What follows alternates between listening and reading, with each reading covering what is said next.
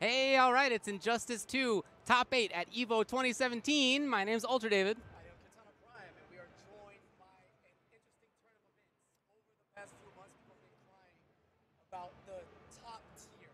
Yeah? The Black Adams, the Aquamans. Yeah? And boy, do we have a surprise for you. Well, you guys can check out the top 8. It's on smash.gg. You click on EVO 2017, you click on Injustice, but what is it? What's going on here? Okay, so there's this character. His name's The Flash. I've heard he's bottom 5 unviable. Some people have said. HONEYBEE has came all the way from Canada, the Great White North, making top 8 and winners. Flash. He is the one who has been saying that he's not very good, and here he is.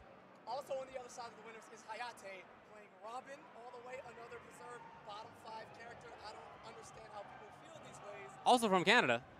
And also in the top 8. Yeah. If we swap to the loser side, just to give you a hint of the characters, Gross, my training partner, hailing from South Florida, Green Lantern. Yes. In the top 8 at Evolution Finals. David? I'm stoked for all that stuff. So Sonic Fox versus HONEYBEE. Yes. Sonic Fox, pretty predictably, has been doing great, but with Red Hood. All the way. So when that character came out, he identified it early as being very strong. Yes. There was initially some discussion, is he strong or not? Seems strong. I would say he Looks seems like strong. it to me. But I'll tell you this, Sonic Fox has lost 0 games in EVO 2017 Like so the far. whole tournament. The entire tournament, he has not There's lost a game. big P. The golden letters are here, and Sonic Fox is working on an EVO perfect. And he had one of the toughest roads to get into this winner's top 8. He had an incredible cast of people to play against. He played against Silverai and Theo and many more than that, and he didn't lose a single game. So that's one side of winners. The other one, as you mentioned, Hayate. Yes. Hayate playing Robin all the way. Had a backup Batman just in case things went sour for EVO, but was able to stick with the Boy Wonder throughout the entirety of the tournament. His opponent is Dragon. Yes. Which is the Aquaman we deserve. He is here. He has played solid gameplay throughout, a bunch of tough calls. Vendetta was up against him 2-0. He was able to run it back in a clutch performance. Dang. Clutched it out against Illusions, you know, the team kill. Once you get deep into the tournament, it's bound to happen. Absolutely. And Dragon, who didn't compete in Injustice 1 at all. Nope. A testament to hard work and dedication. Anyone can do it. In MKX, he became one of the strongest players in the world, and he has definitely continued that. So then in loser's side, you mentioned Gross. Yes, we did. His opponent is Theo. Theo, who did play Injustice 1, he did. Then didn't play MKX. Disappeared for a little bit, wasn't quite feeling it. A few years he was gone. And then when Injustice 2 came out, he said he would try it out. If he liked it, he would play it. He liked it. He's playing it, and it doesn't seem like he lost a step at all. He's in there. Not at all. Playing a combination of Superman and Aquaman to get the job done. Mostly Superman. Yes, and again, the Kryptonian king from SoCal getting the job done. He's only lost to Sonic Fox, right? His teammate. So, okay, what are you going to do? So Theo versus Gross. Then the other side of losers, Samij is in there. And Samij is somebody who a lot of people talked about as making winners top 8. It's what a lot of people expected. Yeah. Losers top 8 instead, but still in there. Yeah, he did lose to Nubcakes, who is in fact still alive, trying to close that out. And using Catwoman, the hot topic character of the current season right now. Is she broken? Is she potentially the top? Samij here to get the job done, but now we're going to get directly into it. Winners semifinals. All right. Sonic Fox against HONEYBEE. HONEYBEE has, I mean, he beat Forever King 3-0. Yes. To get in here. Right before the top 32, then he went on to defeat Gross 3-0. And Gross 3-0 as well. Yes. Yeah, that's right. Incredible play. He had to make comebacks doing it. He was kept out in those matchups quite a bit, but when he made it in, the mix-ups, the damage were all incredible. And right there, Sonic Fox with an excellent check. Those young man reactions. Checking HONEYBEE on that forward dash. Injustice forward dashes do have a decent amount of recovery. And if you're looking out for him, a quick poke, Red Hood having a 6-frame poke, able to get the job done. But now HONEYBEE activating the Speed Force, mixing up quite well, and here comes the corner conversion. A big part of this is those standing resets, because that means he doesn't have to deal with the wake-ups in Injustice. A move that you do from wake-up after knockdown gets invincibility. It is a property in the game that certain moves get. So if you can keep the opponent standing, you're good. All right, Sonic Fox takes the first round, keeps the mine right in front. Meter burns that easy hit, confirmed. Background bounce, yes. And the setup, wow. That's a low mine and an overhead kick. All right, and HONEYBEE with a wake-up of his own, challenging Sonic Fox's meaty and the meter burn roll. He's been using that a bunch, and not just in get-in situations, but after he gets a knockdown, to kind of have a left-right mix-up, a lot of interesting ideas. Yeah, and that was super smart in that sequence. Red Hood, a lot of recovery on the Gotham Stars toss, and HONEYBEE with the read. Ooh, right on the point. movement. Right. Yeah, so you can see the options for Red Hood. A lot of zoning potential, a lot of mobility as well. Underneath, But there's an incredible wake up for him. Yeah, and that jump back dive away from Red Hood, 1 frame on startup, a quick escape. Punish. And he knows Chip will do it, so anything. Oh, and he whips it. Wait a minute. Hold Giving HONEYBEE a second chance at life is Sonic Fox. 1 setup into a mix. It's got to be something good. The delayed wake up, love it. The block, what an expectation from Sonic Fox. He knew he made the right read. That was a cross-up. Red Hood is going to take game 1 here in the semifinals. Sonic Fox in his classic furry robe top. Good to go. But HONEYBEE almost made another comeback. All right, he's going to start it up here. Yeah, and no meter. The Speed Force. Wow, okay, an error for HONEYBEE, unusual. Yeah, Sonic Fox with the quick recognition to wake up. Remember, while the Speed Force is active, Flash cannot block. Meter burns, gets the conversion, leaves a mid-screen. Pretty ambiguous, but the nice wake-up backdash from Sonic to avoid any mix-up potential there on the wake-up. Yeah, so far he's known all of these setups and he's dealt with all of them well. Pressuring, he can go overhead low, but he didn't do it. Yeah, punish. Sonic caught trying to press a button. He's going to pay dearly for his life. HONEYBEE with the grown man damage here. Woo! 500. Wow! And he is not done. Wow. Amazing. Now, whenever the opponent has 2 bars, you got to pay attention when you're juggling them because they can do a flip out, like a burst, if they are willing to spend 2. Sonic did it in the first game, but didn't bring it out there. All right, unsafe with the lightning kick there, but Sonic not ready at the go with the punish. HONEYBEE wakes up, avoids it. Luckily for Sonic, there was no punish on the whiff stars, but HONEYBEE still in control here. That's a lot of meter on Sonic Fox's side. He chooses not to. Okay, you might want to clash now. Is he going to do it? Amazing conversion from HONEYBEE. He's not doing it. What's going on Sonic Fox's side right now? What's this decision about? Sonic Pound ducks under that high attack, and he's just taunting him with the low pokes right now. HONEYBEE in major control. HONEYBEE just needs chips, and you notice he was trying to not give a combo that could have been clashed out of. I don't know why Sonic Fox didn't clash earlier, but that was a big error, it looks like. HONEYBee said he came out to EVO in order to save the game. He used the powers of the Speed Force to go to alternate Earth EVO where Flash wins in some capacity. Next up is Sonic Fox, and off to a great start here in the third game. Jump to start? All right, Sonic Fox we've seen a lot, and he's had success, although he did not win CEO. But he's had a lot of success. HONEYBEE did not make it to the 2 majors we've had so far. He played in Toryuken at the start and then not since then. So to have this success is very incredible. I mean, might I add, he did win Toryuken, so HONEYBEE is currently a perfect 1-for-1 in Injustice offline events. And he's going to get close to sealing the left part. Not quite. There's an overhead. And HONEYBEE looking just as clean as he left off in Injustice 1, the Flash God Lord himself. It looks amazing, yeah. The mix-ups are all good, the mobility is all good. Movement is a huge part of the character. Pick and from huge part as well. There's a nice little jump there. This time the punish on the lightning kick. Sonic, the down poke into that lunge, spins the meter to get the kill. And very smart strategy in Injustice. When you can chip out that first life bar, even if you have to spin an extra bar, you should, because each bit of damage after is simply leverage on your opponent when a combo doesn't even matter. Set up, but he wakes up, okay.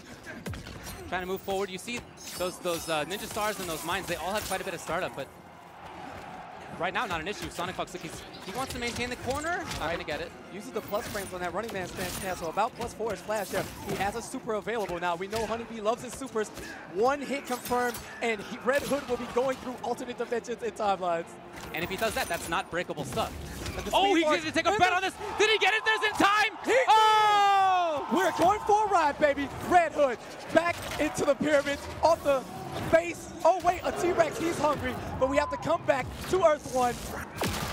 Life is hard. Sonic Fox came into this top 8 having not lost a single game. HONEYBEE 2-1 lead. What a change. Bang, bang. And right on cue, his brother Biohazard running up to the stage. He can feel it. The Canadian captain himself, HONEYBEE, Mr. Toronto, the Flash God Lord with his supposed bottom 5 character. Okay, well, there's going to be a switch. It's no longer Red Hood. Sonic Fox said he was going to run the whole way with Red Hood. I asked him, are you going to stick with it? He said, I'm confident in Red Hood. But now he's lost 2 games, and it's on the ropes. To get into winners finals, he has switched over to Black Adam. We'll see if he can make it work. Lots of damage, lots of mobility, but bad wake up, and that can be tough against HONEYBEE's Flash. Yeah, but opening the game with a 500 damage combo looks like pure business time to me. Sonic Fox only wants to do as much work as necessary, and if it takes 2 combos to deplete a life bar, then Sonic Fox is all about it. Okay, HONEYBEE now trying to pressure. Oh, I love it, but he couldn't quite get there. Forward 1 to seal it for Sonic Fox. Fast, moving string, great footsies. Yeah, and that life bar was gone in less than 30 seconds. Sonic Fox not worried about anything, imposing his will. Okay, little interruption. defaulting to overhead block as you typically do against Black Adam. Oh, and the No wall. punish. Could have gotten something. Down 2 works out in his favor, looking for the overhead. Great delayed wake up from Sonic Fox. Enough recovery to get a down 1 into the Palpatine hands. Oh, really? What a call out. Footsies. And I'm not sure what he expected there, but whatever it was, did not work out for him. Meter burn. And another check on that forward dash. The win button is activated. Pop the tray in a pixel situation, and all you have to do as Black Adam is simply wait. HONEYBEE rushing his way in, running into his own demise. Flashed a little too fast on that jump, and here we are, a decisive Game 5 to open up the first set and winners semifinals. Black Adam. Black Adam, of course, back to it. The winner has to stick with the same character, but you know for HONEYBEE there's not going to be a switch. It's the Flash still. That's what's brought him all this way. He's just going to run it. I asked him about the character. Why do you just stick with the character if you don't think he's great? He just has a good time. He just really enjoys it. He feels very comfortable. But look, to make it into winners finals right now, you're doing all right. Yeah, you're having a good day. Strikes first, and a great upgrade from Injustice 1. The Flash was an acrobat character who only did like physical stunts off of moves, but now able to drop bombs on background interactables, and now HONEYBEE with the jump start on Sonic Fox. And this is the bad news for Sonic Fox right now. He jumps out. Okay, bad wake up for Black Adam. Oh, meter burning it, and he's got the corner still. And right back to it. Don't you love an update to a character? HONEYBEE. Oh, and no punish on the normal down. Oh, the PX blocks cross up. And HONEYBEE's defense. Oh, not that time. Oh, boy. Sonic Fox has won the last 2 NRS games at EVO. Can he get into winners finals or not? Right in the double get out kick combo, traits up, big time damage, spins the bar to make sure he secures the kill. Both guys, final life bar, 2-2. Who will make it into the winner's final? I like the idea, but a little bit off, and he's going to break, because that was going to be a lot of damage. For sure, HONEYBEE with the super call-outs, believing in his reads. A little too early on that draw, forced the clash here, but still in a very respectable position. Punish. Oh, the drop, though. He does have that overhead low mix-up. He's trying to make it work. Again, Black Adam does not have a good wake-up. It's very slow, but it hasn't been an issue for him. Here's damage, and he does break. Although HONEYBEE had not yet used the trade. If HONEYBEE finds a big combo coming up, he could still do a lot of damage with it. He saves a bar as well. Yeah, the smart stuff. Now with no clash, any touch can lead into about 500 damage for Adam, but instead the anti-air Flash, one of the better anti-air attacks in the game with that down 2. He just jumped out, and here's the air-to-air. Flash, HONEYBEE needs a setup. The backdash. And can HONEYBEE do it again? It was HONEYBEE. Can he get in there? This might be it. He punishes the landing recovery. HONEYBEE, no, the drop. He got it after all. HONEYBee makes winners finals. Back-to-back HONEYBee in his first MKX EVO sent Sonic Fox to losers. And here he is again 2 years later, sending the Fox to losers in Injustice 2. The Flash, God Lord himself, getting the job done. Now, he's a man who made top 3 years ago. He's going to do better than that now. He's guaranteed it. We talk about stats and premonitions, right? Sonic Fox has attended 3 EVOs. Sonic Fox has won 3 EVOs. All of them from losers. Ah, you're right. This is par for the course. 2015, HONEYBEE sent them to losers. 2016, Tekken Master reset the bracket in that classic. And in 2014, it was Big Ol' Hut who sent them to losers. Is this a part of the script? Is it? Is the Fox going to go into the next level? Stick with us and find out, but right now. We got the next one coming up in winners.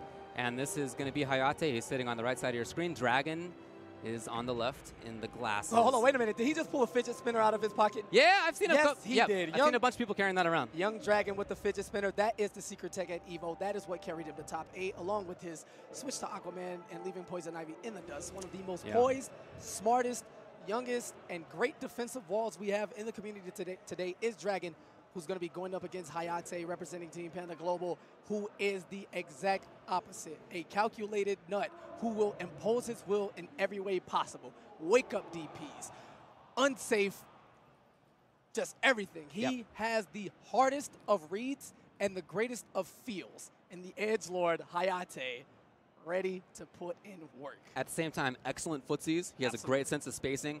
And he can really make that work with Robin. He has got great footsies with him, absolutely. In the loser side, we said Samij is playing, but we didn't say who his opponent was because that had not yet been decided.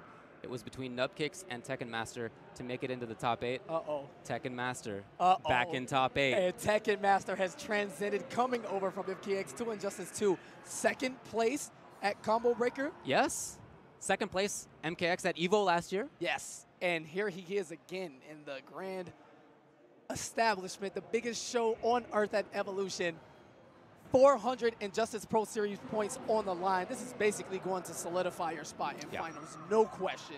If not, give you such a comfort lead to where first seed may also be locked up. Now, as these players are button checking, which is what's happening right now, I'm seeing Poison Ivy on the screen, and I don't know if there's going to be a rematch right now. I think there is. It's going to be Poison Ivy. It's not Aquaman yet. What is actually happening right now? You talked about the Aquaman. We didn't even think to bring up the Poison because that had been, I thought, dropped, but nope. Here she is. All right, and Nightshade is out puking across the grand final stage here in Vegas as Hayate is forced to block this sequence. Poison Ivy building about an entire bar. Right, there's a lot of meter building, there's a lot of chip damage there. Other than that, she has some mid-range normals, but not very good. Wake up, as you can see the drill there to, point to wherever the opponent is. Here comes the trade again, and she just backs off, trying to just be annoying from afar. Mission accomplished right now. And again, Dragon is that wall. Hayate struggling to get in, but once he does, can he get anything going? Oh boy. Dives in, wait a minute. I love it, that's so smart. Out of the corner. 2 bars spent, why not? Yeah, that's main string right there. That's mid-low. Catches the backdash, and Robin has some of the most extended range normals in the game. What's the setup here? Delay. Explodes it. It doesn't have the meter to extend the combo, but Hayate very much in this now with the life lead. Blocking correctly, and then a lot of patience from Hayate right there. Yeah, look at the level of respect for both of these guys just playing the race game, using their numbers. There's that DP from Hayate. Yeah, meter burn it, and it's safe. And follows immediately with that wake-up assassin strike, a little too far out of the blast radius for that trait grenade. And the dash-up DP, the Hayate special. He did a DP and then got checked for it, but he grabbed anyway afterward? Yes. Okay. Now, Robin's DP or meter burn is -3. Yeah. He also has a 6 frame down 1. But Hayate likes to earn the respect.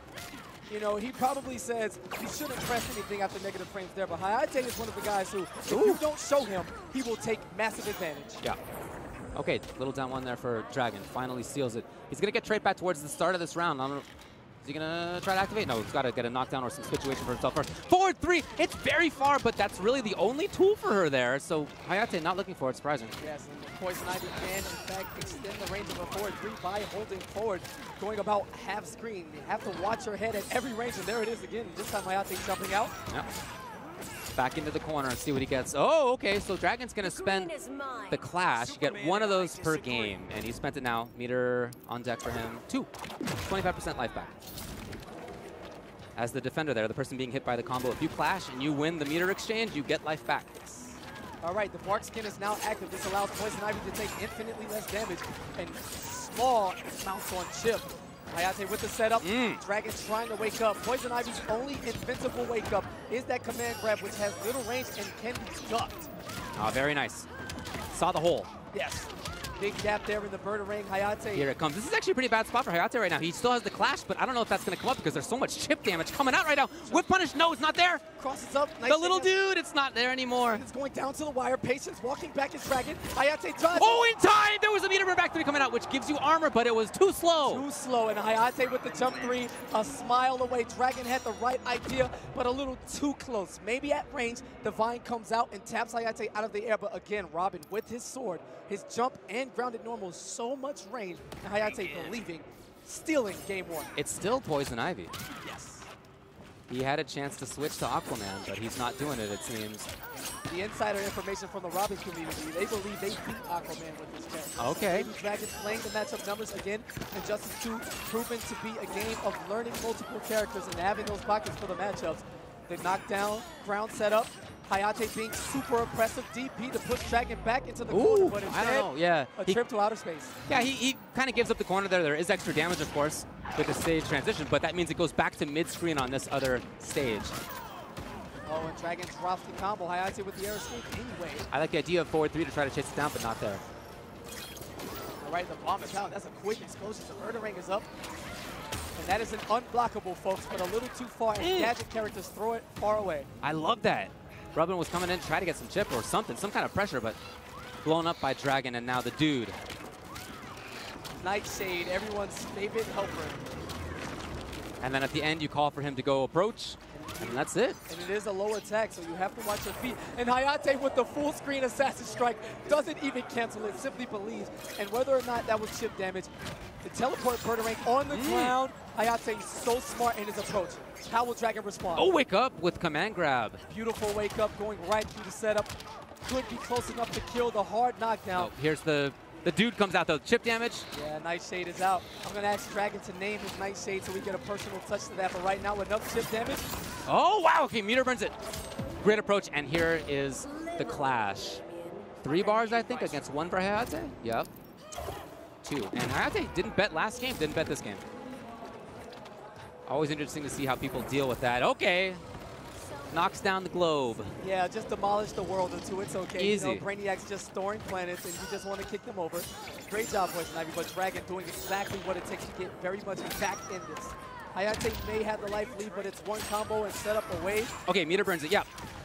Gonna be good damage. The setup, though, I think is more, okay, delay. Overhead low block. Meter burns it. There is a little hole in there where you can press buttons, but it's kind of risky. Poison Ivy, not the fastest button. Right. You're looking at a 1-frame chance if you want to risk that at all and get launched. The payoff isn't that good. And the air escapes Dragon a second chance at life. Cancels the Assassin Strike this time, but Dragon is ready. Big bet. And the DP, Hayate up 2-0. Is it happening? Will we have an all-Canadian winners final? You know, this game, developers' games, NRS games have been getting more and more international. Last year in Grand Finals, we had Bahrain. Before that, HONEYBEE made top 3. Yes, and Foxy Grandpa from Canada. was in Grand Foxy Finals Grandpa from the UK previous year as well. We've had them win majors across the games now, and it's just the talent pool is so wide.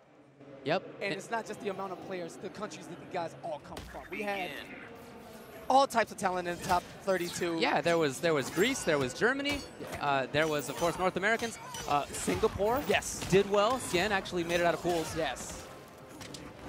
All right, tosses the garbage can. Outside of Arca we go, where Aquaman has now appeared, the king of Atlantis, looking to get the job done. And off to a fantastic start now in Dragon. That back 2 overhead, so much range into the meter burn, Trident Rush. Can you say chip damage? A lot of control with it too, a lot of stage control, which is really the big point. You're not expecting somebody to get hit by that overhead. It's quite slow, but it just controls so much space. And from the deeps, the little tentacle strike coming up, that was a big part of this, just shutting things down. That said, Hayate, perfectly timed jump, and there's the trait for Aquaman. Now, gets him out of combos as long as he has not been launched yet. And also an added move to the trait now. Aquaman, while he does evade the combos, he takes the full damage of whatever hits connect while he is traded up. So blocking or not, you get your full damage. Right. He simply escapes the juggle or knockdown properties. Hayate is at match point. He may make it into winners finals with a 3-0 if he can take it right here. And big boy damage looking in. Evades the Trident Rush, wakes up DP. Again, that's safe on meter burn. Right, and right back at it. Plus frames, Dragon abusing Hayate in the corner now. Trident Rush, about 10% of that life. Oh, this is a big moment. Traded up, but he was not fast enough. Smart stuff. Hayate with the down 2 to launch. However, Aquaman's trait does not get him out of launched combos. He must be grounded once the Water of Life is activated. And Hayate with the awareness to get the down 2 as a starter. So Hayate there's looking to block from the deep because it has quite a bit of delay on it, and that means you can set things up. Overhead, he didn't expect that to hit, I guess. Yeah. Didn't keep it up. Whiff punish was there, Hayate! Hey, the footsies. As much as a maniac as he is, he has the fundamentals, the perfect balance of why is he doing this with, oh, he's also really good. How do you adapt to someone who cannot be conditioned? Right. You see how he waits for that from the deep, and then he moves. Yep, dash, free dash. Dragon still very much in this, very close. The overhead at the end of that string, really close now. Down 1 into the Trident Rush. Hayate waiting until Dragon spins the meter in order to spin his bar on the push block. Plus frames, Trident Rush again. Again, that does cost meter in this game, push block. Not a free option. And Hayate has no meter. This is going to hurt. Will Dragon spin the bar and take an extra 15%? As the person doing the combo, if the opponent does a clash, you get to deal damage to them, and that's what he just did. And with the attacker success now, chip hold on now. One more series here. The blocks from Dragon. Oh, dash back, dash forward. Neither one wants to make the big bet first. There it is, down 1 after waiting. There you go, and Hayate after that DP, he did press a button. Dragon, though, after being +3 there on the defensive, that 6-frame down 1 from Aquaman, Hayate tried whatever he did. It was not enough, and Dragon fighting from the depths of a 3-0. Now 2-1 as we return to the gates of Arkham. Robin back in control. So important to get the first hit in Injustice. You see you get the meter for doing so. And because he did, Hayate was able to deal that 45% life combo right there. Big moment. There's the meter burn, Trident Rush, leaving Aquaman at about +10 there. Meter's so important in Injustice, about 8 to 10 different ways to use it. And we've seen all of them on display here. Push blocks, meter burn, interactables, air escapes, you know, clash, supers. Yeah. There's so many things. Meter burn roll. Yeah, I really like the meter in this game. Very interesting how it works. Yeah. Good string there for Aquaman. It puts him at advantage. If blocked, but on hit, as you can see, also pretty solid. He waited at the range where he knew he would be good. And there's that interruption you talked about on the DP. Hayate meter burned it, expending the bar, but Dragon able to deny it. Robin trying to make the approach. The sweep, the first time it's come out in that kind of situation. Most have been overheads. All right, and the push block, Hayate did not want to get Trident Rush chipped to death, so he breaks it again, trying to gain mileage by stealing his first life bar, and the plan is backfired as he expends 2 bars of meter, and Dragon still takes the first life bar. Dragon is so smart. He dashed underneath to get to the other side to make sure he did not get to deal with pressure in the corner. Very smart player. Sticking out the button there. Robin, as you can see, great footsies. A lot of movement from both of these guys in the back, too. Fantastic whiff punish there on the down 1 from Dragon, and we are even. Still, match point Hayate. Dragon has to battle. All right, free the dash in after the block.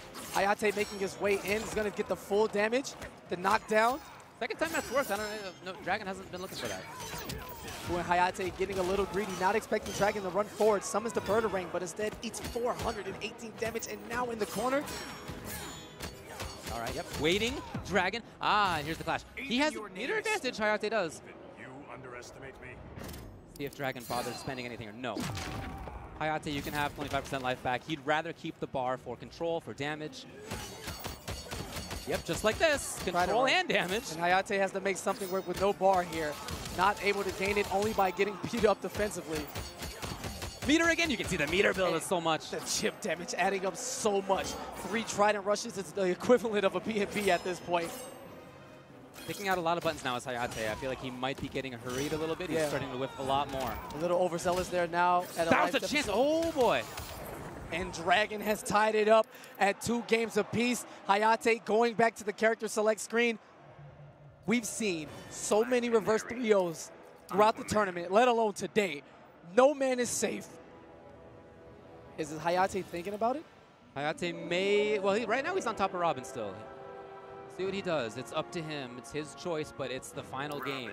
Robin it is. Well, we're going to switch over to Red Sun Prison.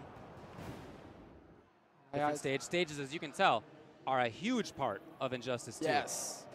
Begin. Knowing what the options are surrounding the interactables is gigantic. Oh, punish. Down 1 scoop, no punish, but instead still gets the first hit. Is able to get that first bar, keeping that safe there with the DP. There's the advantage string we're talking about from Aquaman. Big part of it gets frame traps. Oh, and the wake up assassin strike there, Dragon a little off because he dropped that combo, tried to finish it up with a meaty, but now. Love it. That whiff punish was gorgeous. Beautiful stuff. The assassin strike for the restand, and a huge part of Oki and NRS games. Disallowing any wake-up attempt is always a massive plus. Oh, yeah. That's a chance. What a time to jump. He thought he might get it. No. And Dragon now is on the ropes. Yeah. Hayate match point for the 3rd time to make it into winners finals. Open time! And denies it. Great and Water of Life has been used, so now a hit. Yes.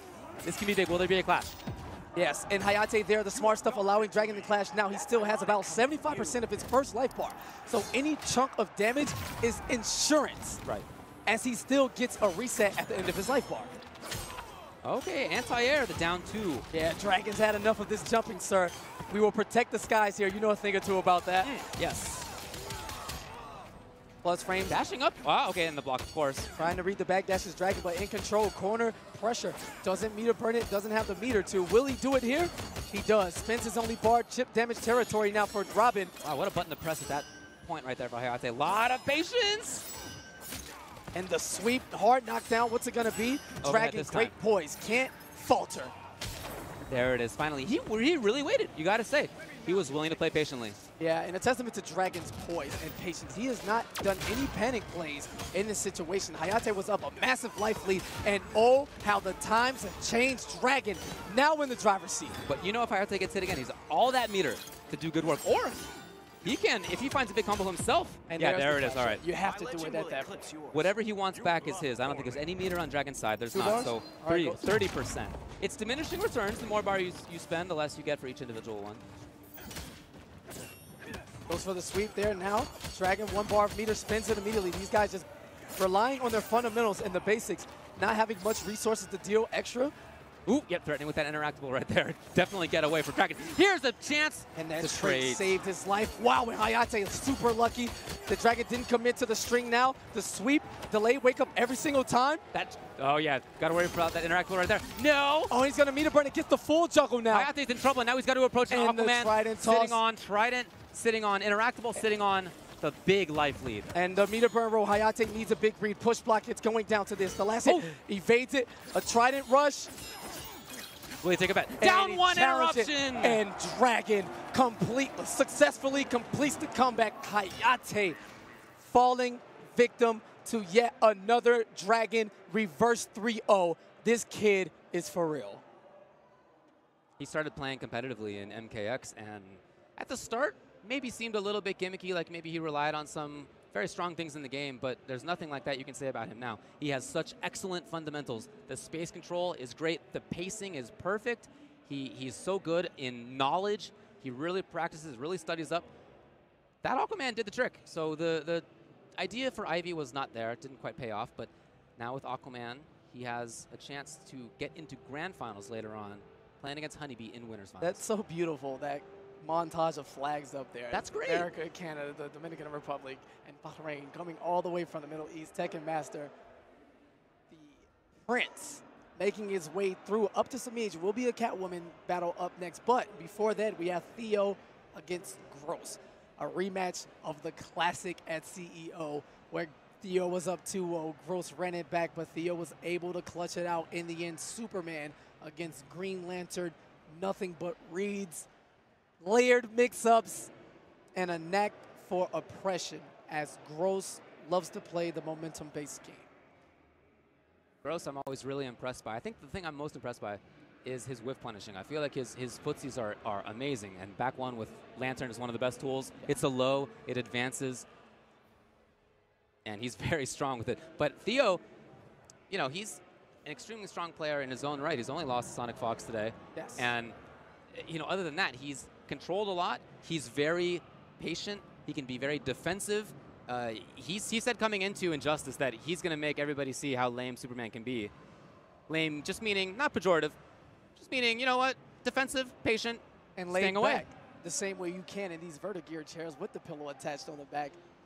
Use the code EVO17 to get that extra 15% off, and there is a free upgrade to all auto-lock casters. Believe me, you want one of those right there. And I think you'll also want the stuff you can find at evomerch.com, modeled there very nicely. By Xavier Woods, That's who, right. if you buy stuff from Gaming Gem, you can invite him over and body him. He came and played Def Jam Fight for New York as CEO. It was a treat, and it was, you know, good to have everybody else supporting the scene, man. Can't do it without you. Xavier Woods' offer may not apply to everyone. And then, hey, EVO After Party. It's a big weekend, and you can cap it off well. 10 p.m. to 3 a.m. That's Saturday tonight.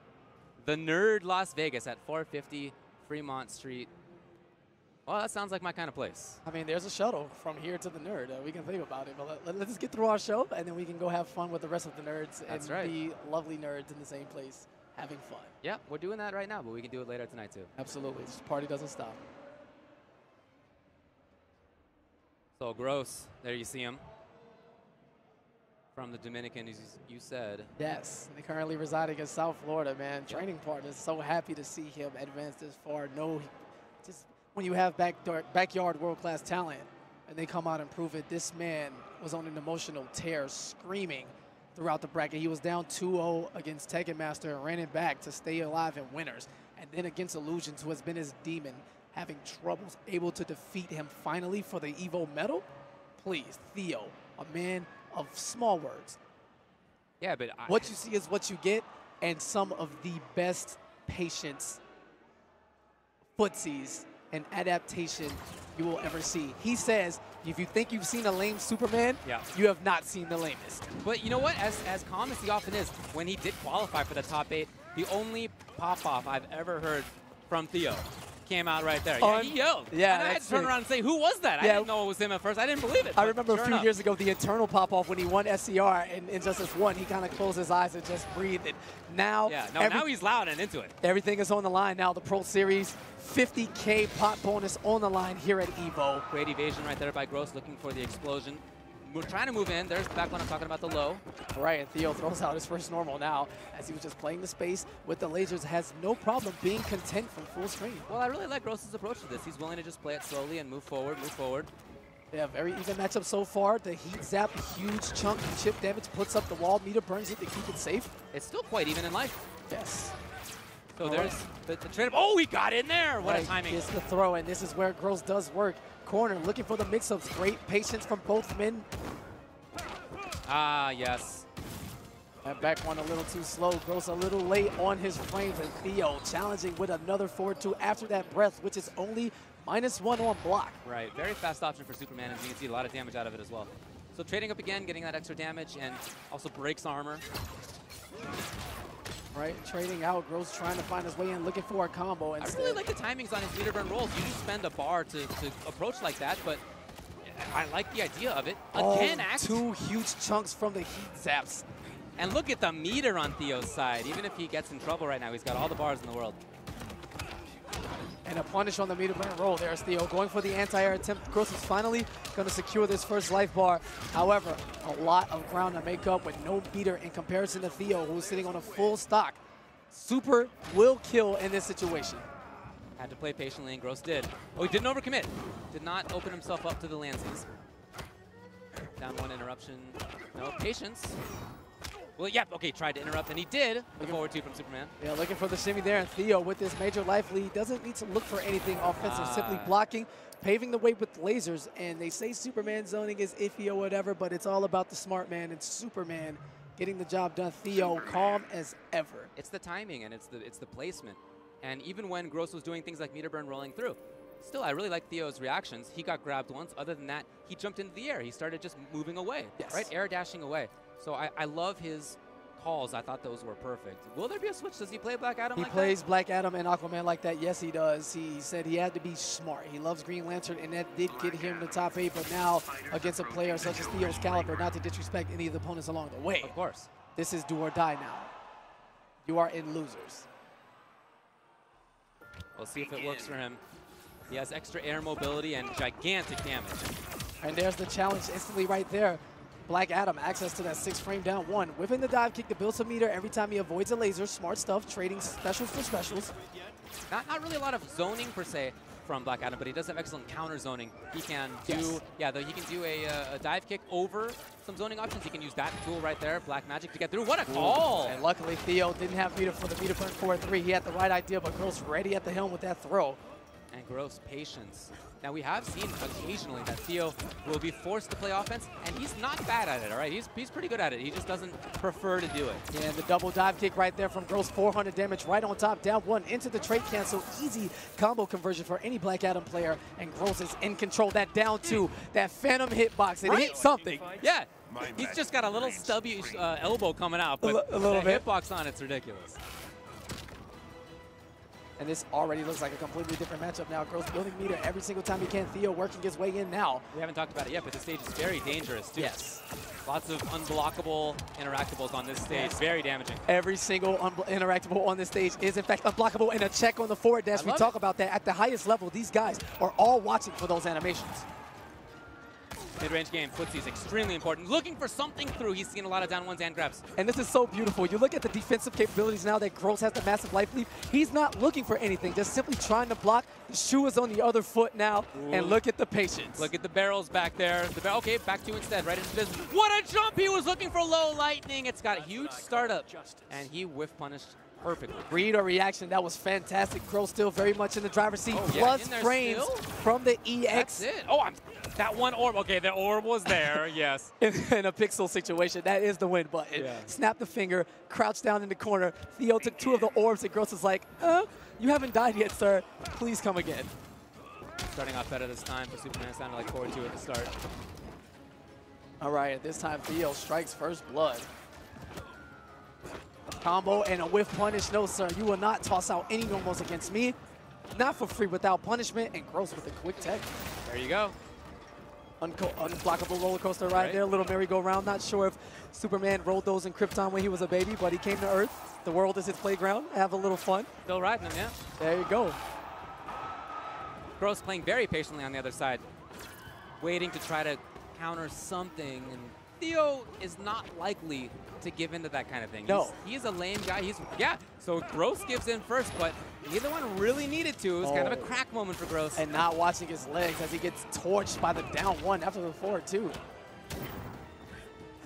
Well, that was a very, very light meaty from Theo. And the damage about to come from this. Yeah. Oh my God, 600 damage on the bounce cancel combo from Gross. And just like that, it's one hit away from tied. Yep. You know, we have a joke we like to say, like right now, Black Adam has the life lead. Right, yeah. Not for long right now, yeah, had to. Well, I don't know if he had to, but that was going to be a lot of damage. Yeah, He'd into rather a not deal reset with it. situations, Yeah. possible dive bomb setups, Theo sitting on all the bar and spins all of it, taking damage from Gross. How about that? Theo really blew Gross up for that. Yes. And right now, Black Adam does have the life lead, and that's how I feel. Look how Theo has been dancing around Black Magic. As you can see, it's been perfect. He's been above it, I don't know, 3 times now. And Down Theo one. very clean with his button presses. Rarely missing any frames, and just like that, the air escape puts itself into guaranteed death. Theo fighting back. These guys in a slugfest, trading wins. Theo now 1 game away from eliminating Gross. And Gross goes back to character select, maybe taking some time. Yeah, sticks with the same character. I think that's the right call, so it does seem to be doing better for him. We'll see. Theo collected. Cool, calm. Begin. He's been here before, man. A man who's no stranger to the EVO stage. They get the top 8 in 2015 in Injustice. Gods Among Us, and back to the Slaughter Swamp we go. And the dive kick this time, a great mix-up right there. Gross doing the close dive kick under the heat zap, the game meter, but this time Theo not ready as he dive kicks towards him, stopping him right in his tracks. There you go, was not meter burn. Yeah, and Gross got a little greedy, going for the same mix-up again. Worked the first time. Wow, okay, just jumping. All right, solid damage. Sure, yeah. Again, right on top of it. He has been above Black Magic every single time, but Gross comes in with the forward 1 series, starting off, the little poke, moving forward, canceling, big damage. Theo threatening from the corner. You can see the air mobility from Superman. At the same time, good footsies on the ground, zoning from far. Great wake up. And this patience is just amazing. I love watching it. Who's going to crack first? Theo's in their close enough challenges to trade cancel, but that was not a combo. Not realizing that Gross goes directly into the Black Magic, and because of that simple mistake, 530 damage of his life bar gone, just like that. Black Magic has not worked even 1 time. Theo has been looking for it, and he's reacted every time accordingly. All right, the low lightning now. Let's go a little too early, eats the last hit, jump in. This time looking for Gross to challenge, and instead keeps it blocked. The double mind games on top of each other, and the whiff punish. Air escape, that's a costly escape, but he did it. And you saw the level of respect right there commanded after the 4-2-3 breath. They both backdashed. Right. They know there's a lot on the line right now. Theo! Okay, looking for the wake up there, and that would have crushed any armor as well. Yes. Gross was ready, escapes the car. Piece by piece, has to work his way in. 1 combo away. Oh no! What a call! Yeah, and this could be death. Very bad news. So he has 1 bar. He almost had 2, but has 1 bar. Yeah, and Theo's not going to be able to meet him. So 15% back successfully for Gross. And he's just about to build a bar too, which is great for Black Adam. You want that, of course. And the low lightning normally all whiff. Trying to back dash, not quite. And the 3 on the 4-2-3, just in range to catch him. Gross with the air-to-air combo, and Theo with the immediate clash. Did not want any part of that. A bar back for him, 15 back for him, and he still has 1, so he can still threaten from afar. And I think Gross is happy with that. The longer it goes, no clash now. He would not be able to interrupt any big That's combos. a big bet. And here's Theo! Is it enough for death? The background bounce, the laser, and enough to get the job done. Theo advancing here in the loser's bracket. Gross is going to go home with a very respectable 7th place. A little disappointed you come this far. Get on the big stage, but lets out a smile. Able to keep the sportsmanship heavy, and he'll go salt out on the side as any man would. Well, he had a great showing. There were almost 900 people in the tournament, and to be 7th place, there's nothing wrong with that. Yeah, he gets a huge chunk of Pro Series points. He should be able to climb back into the top 16 after he had a performance at Combo Breaker where he made top 16. Short 17th at CEO, and here he is in the top 8 at EVO, a big chunk helping solidify his trip to IPS Finals. By the way, a lot of money on the line as well. Yes, you know, 50K, it's okay. You That's, know, yeah. just a little bit. Plus the pot entries. Yes. 60K. So yeah, something like 60K in total. All of course, right. apportioned among the various people in top 8, but still, as 7th place, you're going to get a good chunk of that. Yeah. Now with Nobles Esports, Samij coming to the stage, we're just going to go up Florida a little bit, from South Florida to, you know, Central on the west side. Samij hailing from Tampa, getting the job done, losing a heartbreaker to Nubcakes early in the post-pool play situation, makes a monster run through losers with Catwoman getting the job done. And enigma of sorts in this character, a huge topic of discussion. Where does she stand? Does she have too much? Is she too little? Are Catwoman players just failing? Or is there something else in the mix? Well, all of those questions have been answered, and Samij has got the job done, and his journey is not over. Same for Tekken Master, the young man who fits so comfortably in that vertigear chair, it basically consumes him. Can you see him? He's so little. Well, Tekken Master had quite a bit of work to do from loser side. He was sent there by Gross. It was 3-2. But after that, he had to beat, let's see, a DR Viking. He beat Star Charger, yes. strong player. And then he beat Nubcakes. We were just talking about Nubcakes, who had a great run himself. Made it real deep into the event, yeah, so only having lost to Dragon and then ultimately Tekken Master to make it into top 8. We know Tekken Master plays a little bit of multiple characters, but he has used Atrocitus. Yeah, I spoke with him earlier, and he said he's almost always going to play Atrocitus, but Black Adam for some matchups only, but he really prefers Atrocitus. He likes him. He, in fact, told me that there are some matchups he would play Cyborg for. I don't know if that's going to come up, but it may actually, looking at who he may have to play against next should he win this. I mean, we've seen Flash, Robin in this top 8. We've seen Poison Ivy. Would it be a surprise? I don't think so. I don't think so. Yeah, that's the kind of game it is. Sure, there are some characters with a lot of strengths. There are some very strong characters, but everybody has something to say in at least one matchup. I don't think anybody gets dunked in everything. I think characters are relevant for at least some things, and you got to have those tools in your toolbox to win a big tournament like this. Yeah, I'm focused, man. I'm just seeing the breathing coming through Samij, just like his chest pumping in and out, his lungs expanding. This man is on a huge stage. And a punish on the trait activation. No, sir, you will not get away with a free Dexstar Summit. That's that cat dash so quick by the elusive Catwoman. Okay. That puddle there, the low, catching as an anti-air. Meter burn it, more damage.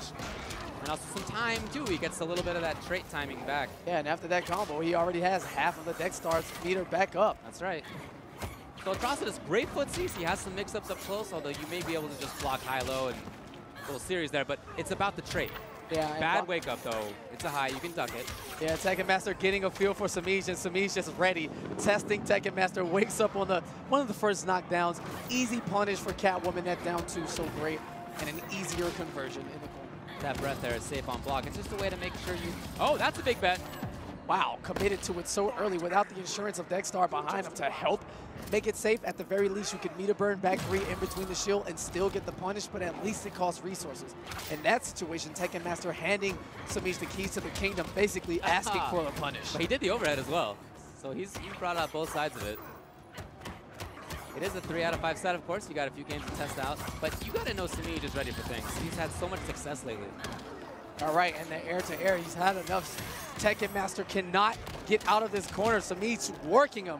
Catwoman with her expanded mobility, and again, another commit. So bad. And he doesn't flash? Yeah. Is he just giving it up? It's a pack up. The game's over? Yeah, it's a pack up. All right, so we'll see if it goes. Yeah, I was just going to say, see if he goes to character select. It may be the Atom. That was literally the fastest player select screen button check in the history of the game. He was speedrunning that thing for sure. He had a good menu. Yes. Brainiac. Nice menu. Oh, yeah, he plays Brainiac as well, although I'm surprised to see him bring it out here. Brainiac's a character that some people think has really slept on. Okay. I may be one of them. I'm definitely one of them. But interesting to see him come out against Catwoman, a character with a ton of ground control, but maybe the intention is to control the air. Oh, and the air-to-air dive kick right on cue. David has hit it on the head. Using the back two, that extended 12-frame normal, so good for Catwoman to help get the cat dash conversion. And now in the corner, needless damage. Catwoman hitting like a truck. That can be plus, and it is there. Oh boy, the whiff. And that was a one-button punish. Straight, and there you go, 340 damage with all 5 cat scratches active. Oh man, Tekken Master is trying to find something. He can't find when to press buttons. He can't find when to move, when to wake up. Samij has it all covered right now. He has some pretty sick gear though. Is that okay? Is that compensation for anything? No? Okay. He's an alien, you don't know how it is. Well, misses the meter burn on the dive kick there. Samij challenging and just steamrolling at this point. Tekken Master in big trouble. The back three, the jump back one, so slick, it's so smooth. The mobility of Catwoman, that it is. Meter burns it, plus trait, plus 5. And only a real master could make this No, comeback. extremely tough right now. It's not going to happen. So that was a huge bit because now Tekken Master is down 2-0. He needs to make 3 games happen in a row. And whatever character he goes with now is the one he's going to run the whole way with. Samij looking solid. He was ready for stuff there. He had setups that were blowing up Brainiac's wake up. It's a little bit slower than some. And now what do you do? Tekken Master is in deep contemplation mode. He has an entire character select screen to look at, but he has to realize that whatever he chooses, he's going to be locked into it. Tekken Master is a very talented player with a lot of success. Second at Combo Breaker, second last year at EVO. But he doesn't have that local scene that's very strong in Bahrain where he's from. He plays with his brothers and a few friends. He doesn't play online. He spends a lot of his time in training mode, thinking about things, considering things, and then coming out to events like this, he puts them into practice and he tries them out. But a lot of his play is just figuring things out, imagining, inventing. And he's going to stick with Black Adam. Scratch to the face, electric orbs out, down 0-2. What does Tekken Master have on the inside? Can he deep down and find whatever it is he needs to complete a comeback? We've seen Dragon do it. Yeah, no, it's doable. It's tough, but it's doable, that's for sure. If he goes in on this, the whiff. Yes. Catwoman, great mobility, great whiff punishing, and she ducks under a lot of things. There's one of the tools down, back three, excuse me, getting down underneath things. All right, delayed wake up there from Tekken Master, down 1 into the lightning hands. Meter burns it, pushes Catwoman full screen. Wants to be right outside of a certain range, and this is a huge punish, enough for death, and a dive kick to top it off. Well, he looks good. Let's see what Samij has to say about this. All right, slowing down. Trait cancel, he's at plus frames. Oh, interrupted. And there's a challenge right there. Enough of the gimmicks, no punish there, and wow! What a timing to bring out back three. As you can see, it just ducks under things. It's very tough to hit. Lost it. You never had it. Match point, Samij. All right, tosses the interactable EX dive kick and the down 2. Samij denying the cross-up attempt. Back into the corner we go. Tekken Master with the push block, spinning his last bar. He does get the hit. Trying to go for the overhead. A little bit of an interruption from Samij, and Samij just plays basically backs off. Here's the dive, not the second one. And luckily, in his favor, he didn't get it because Samij would certainly clash and allows him to. Happens anyway. Whatever Samij wants, Samij gets right now. Up to 30 plus? No, okay, just 30. All right, saves the bar meter for himself. Oh, goes with the wake-up black magic. Huge mistake there, not quite a punish, but still gets opened up on the next attempt. A lot of guessing coming now in the corner. Down 1 trait, and Samij is going to challenge. Going for the overhead now. And I smell a back 3. And the air escape. He did, he recovered in time. And surprisingly, Tekken Master is still in this. Back to the wall. No, underneath, he was just waiting. And not the rest. What's going on, Samij? What is happening? He got it anyway. Yeah, 3-0. Too many chances right there. Samij playing with fire, and Tekken Master not able to successfully run it back with all of the opportunities. Samij, meter burn back 3, into another meter burn back 3, pose for the cameras, and advance towards the trophy. Well, you know what his reward is at the start? His reward is to play against Sonic Fox in the next round of Loser's Side. That's a tough one, but you got to do it. There's one way, you know, before EVO happened, a lot of people were talking about Samij as a guy who make it very, very deep. Absolutely. And he could really challenge Sonic Fox and all the rest. EVO. This is his chance. EVO. This is how what you run into. Your road is going to be ridiculously hard. Every EVO title is earned without question. Oh yeah, almost 900 people in this event. These 8 men trying to make it happen. We are down to 4-6, still alive. Yep. It's HONEYBEE and Dragon, of course, waiting in winners finals. But in losers, we are now going to have Theo versus Hayate, and we will also have Samij versus Sonic Fox. Those are some good players. Those are some good matches.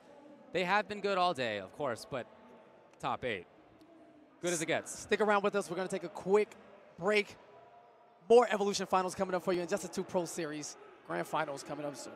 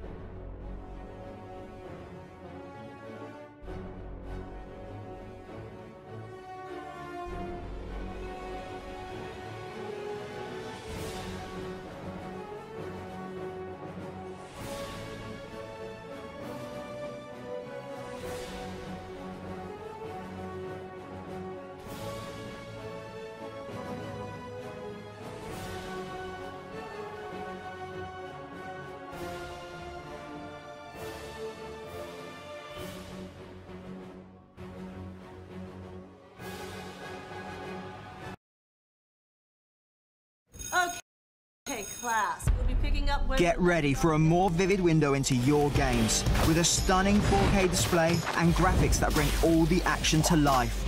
Peter, are you still with us? The Dell Inspiron 15700 Gaming with a 7th Gen Intel Core i7 processor. Your screen, super powered. See it in Spider-Man Homecoming. Dell, as real as it gets.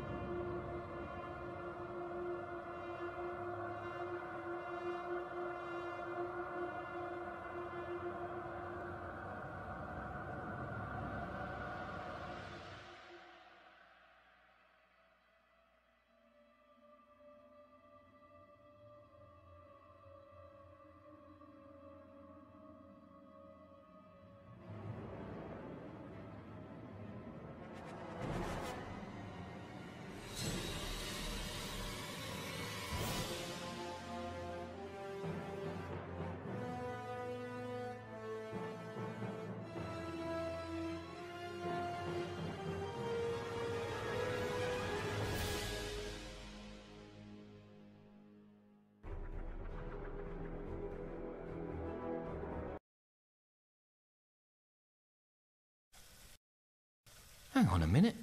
I'm doing the dishwasher's job. This is like... You drive, right?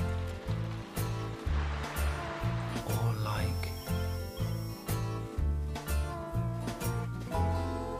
New Beko dishwashers with Aqua Intense technology provide up to 5 times better cleaning on even the toughest stains. And that's why we're recommended by 95% of our customers. Beko, official partner of the everyday.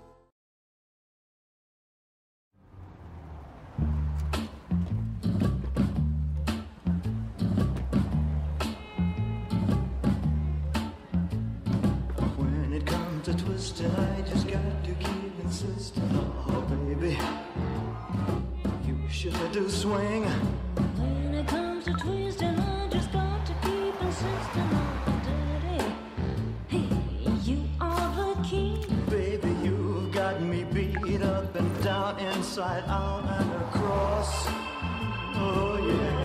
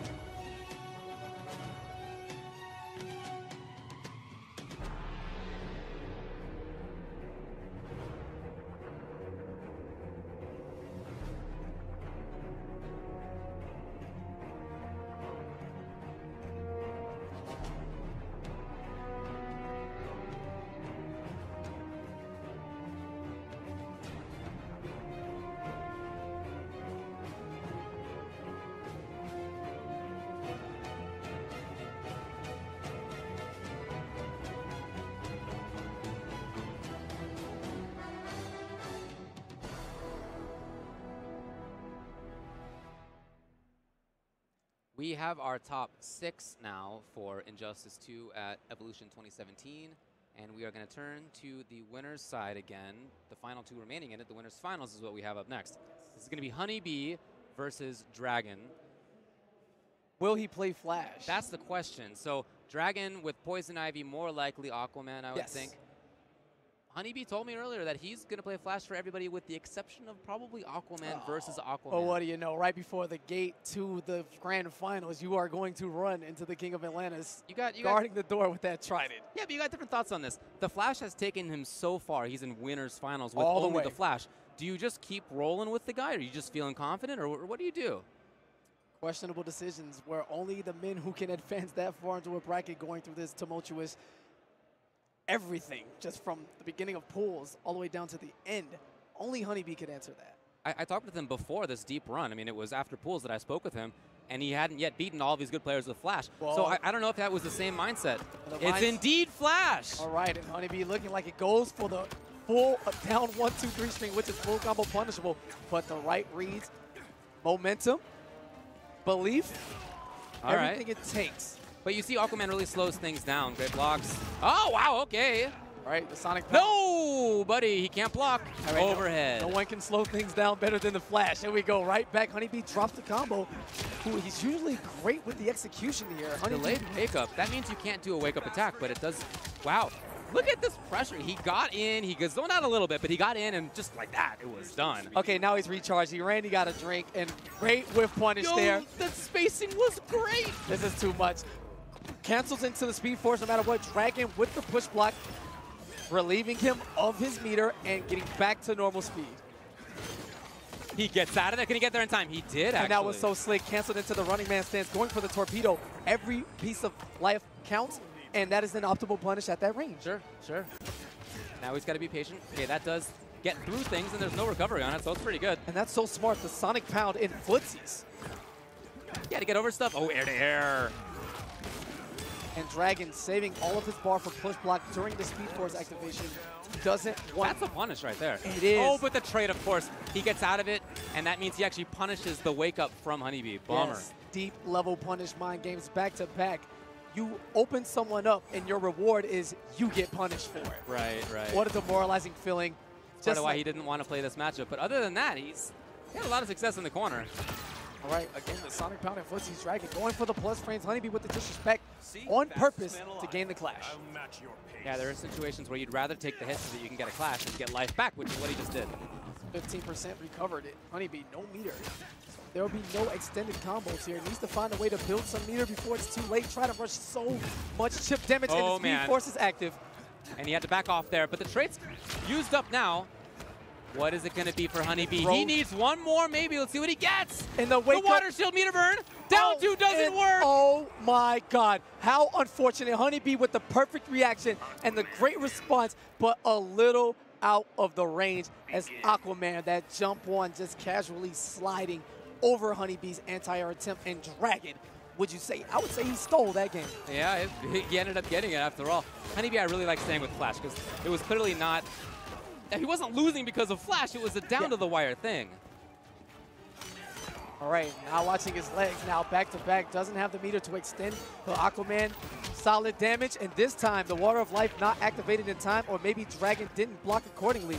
So HONEYBEE able to get the launcher.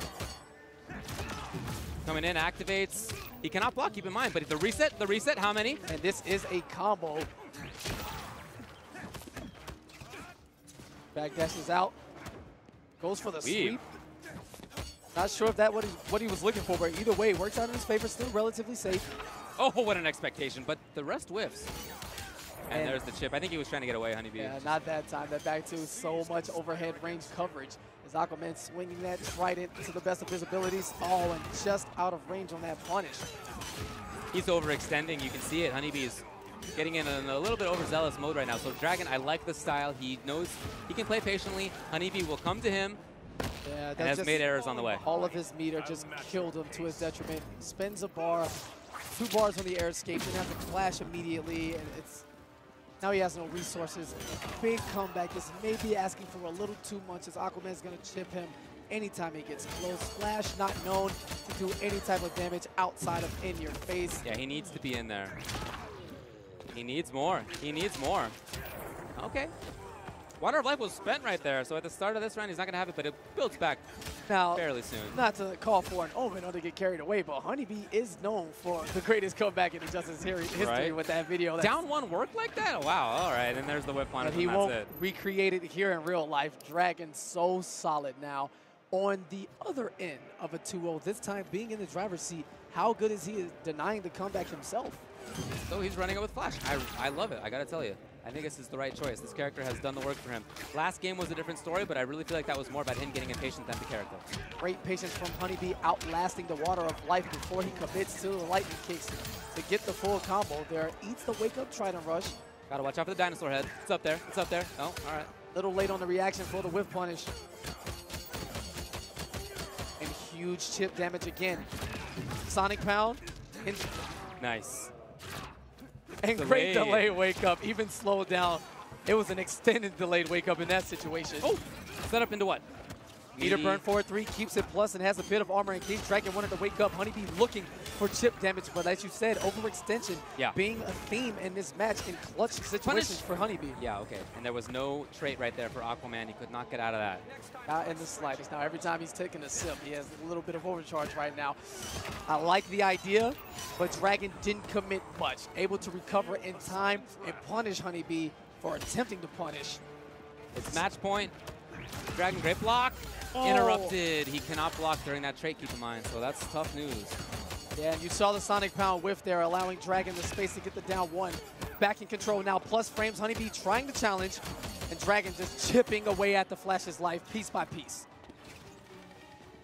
HONEYBEE trying to make it happen, and a little bit too close, I guess. Again, down one. It's been consistent. You're lucky this is Last chance for HONEYBEE now. 2 bars of meter. He's going to recover 25% here. Desperately needs to take his time and work slowly. I know it's weird telling Flash to slow down, but this is what must be done. And HONEYBEE working on the comeback. Plus frames on the lightning kick into the throw. He needs a lot of individual hits right now, though. He needs a lot of things to happen for him. And Dragon, oh, there's no trait there. This is damage. Ah, okay, so Dragon escapes. He had 2 bars. Let's see what he does. Only one. He wants the extra bar for the damage and for Niederburn Trident control chip. Trying to get through things there. He's expecting from the deep, but Dragon's not taking the bait. Yeah, trying to build some meter is HONEYBEE now. He needs a bar for any type of combo extension. Gets the dash up grab. In control and an errant jump in. Yeah. Too much frames allowed for Dragon to recover and get that down 2 out. And there you go. There's the push block. That 1 bar meter Dragon saving right now. That's right. In string into Trident rush chip will this is a equal big death. moment now. Sweep. Too early. The hits. He traits up. There it is. And challenges the plus frames with the down 1 Trident rush, and Dragon has advanced into the grand final of Evolution 2017. And he's taking it calmly. He has been in big moments before. The guy has not been playing competitive fighting games for terribly long, a couple years at this point, but in those couple years, especially last year of MKX, and now in Injustice, he's been one of the best on Earth. Looking good there. I don't know about those duck lips, though. I might Yeah, have to call him out on those. I don't know what the kids are doing these days. That's true. I'm Maybe not sure. we should ask them. We need like an old man's Is that home. cool? I'm not sure. Yeah. Maybe. When we open up our class, we need to have a young kids school. Right, yeah. So they can come and school us on some things. We're moving down to the loser's side now. This is Theo versus Hayate. Hayate, of course, dispatched DR Gross. Yes. So looking for Robin, looking for Superman.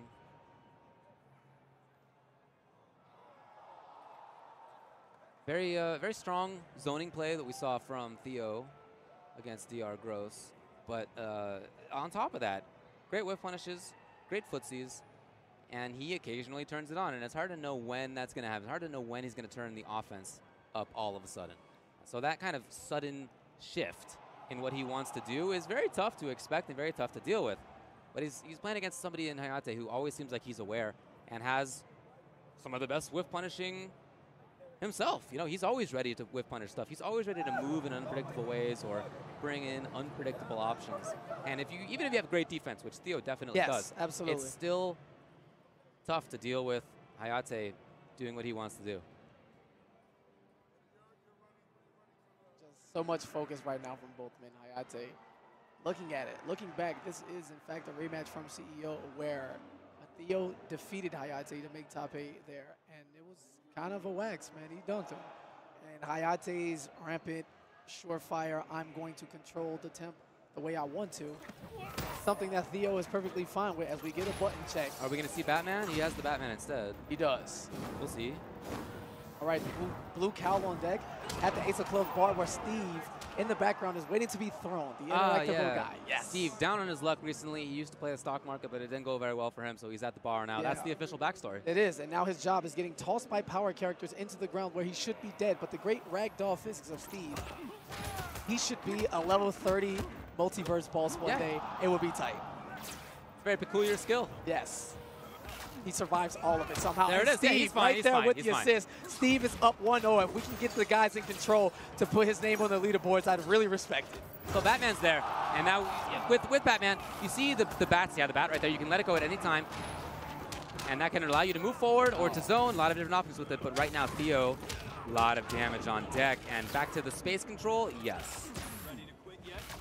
Right, blocks the laser now. Piece by piece, walking his way in, not trying to rush Superman. And there you go, Theo meeting him face to face with that Superman punch. Yeah, there's the bat. He let it go.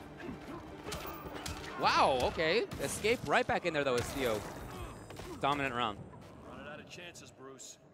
All right, and canon as it gets, the basic backstory for Justice 2, Batman's ideals versus Superman's.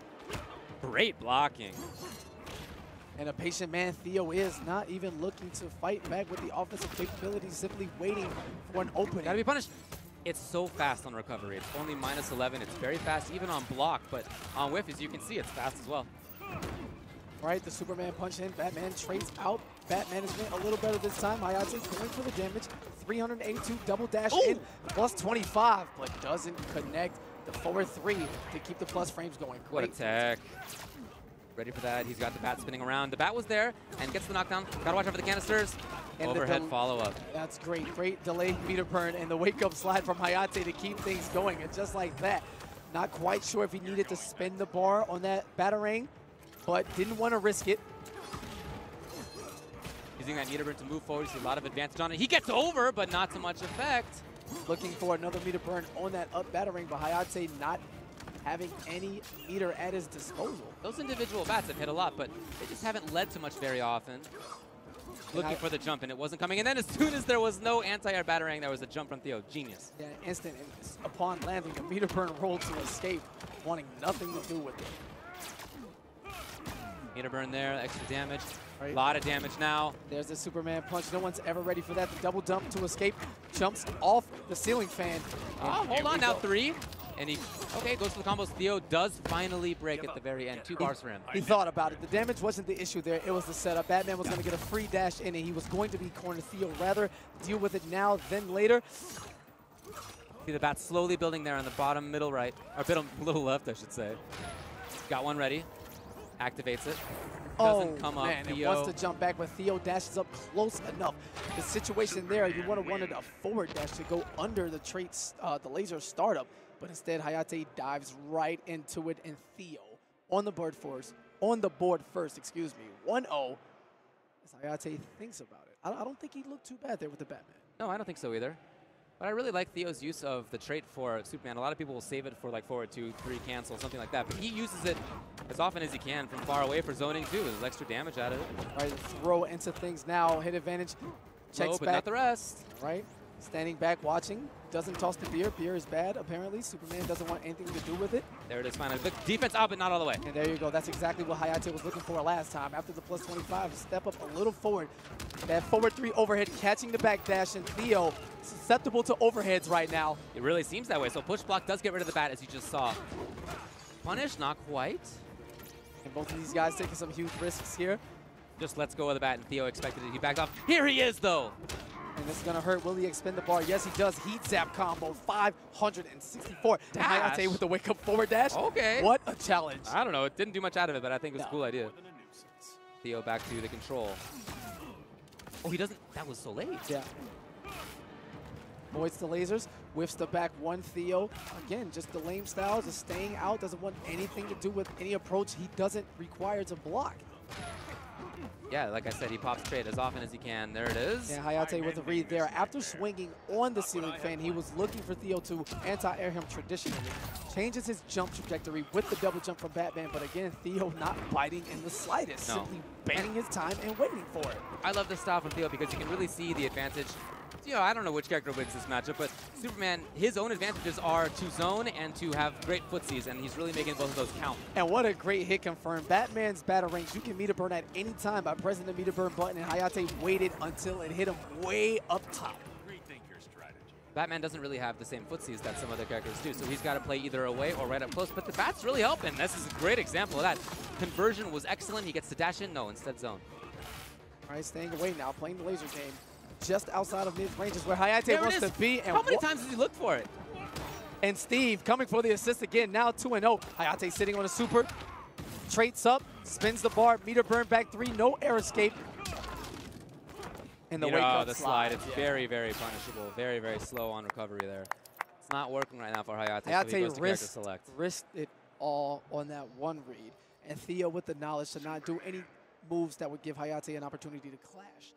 Simple walk-up throw, Batman with 1,000 recovery frames after that whiff slide. And Hayate's now in trouble, down 0-2. Well, he doesn't look like he's too worried. He still has the same expression he often does. And I guess if you're going to go out, you might as well ride your guy. Exactly. And it's Robin. He's got to win 3 in a row. Otherwise, his EVO's over. He ends in 5th place. We'll see. Theo's looking great so far. Absolutely. Begin. There it is, Robin. Young baby Wayne trying to prove his worth to Superman himself, the regime master. He wants to be involved. And Hayate, the edgy rebel that he is, the embodiment of a character, man. Taking that off Theo, straight.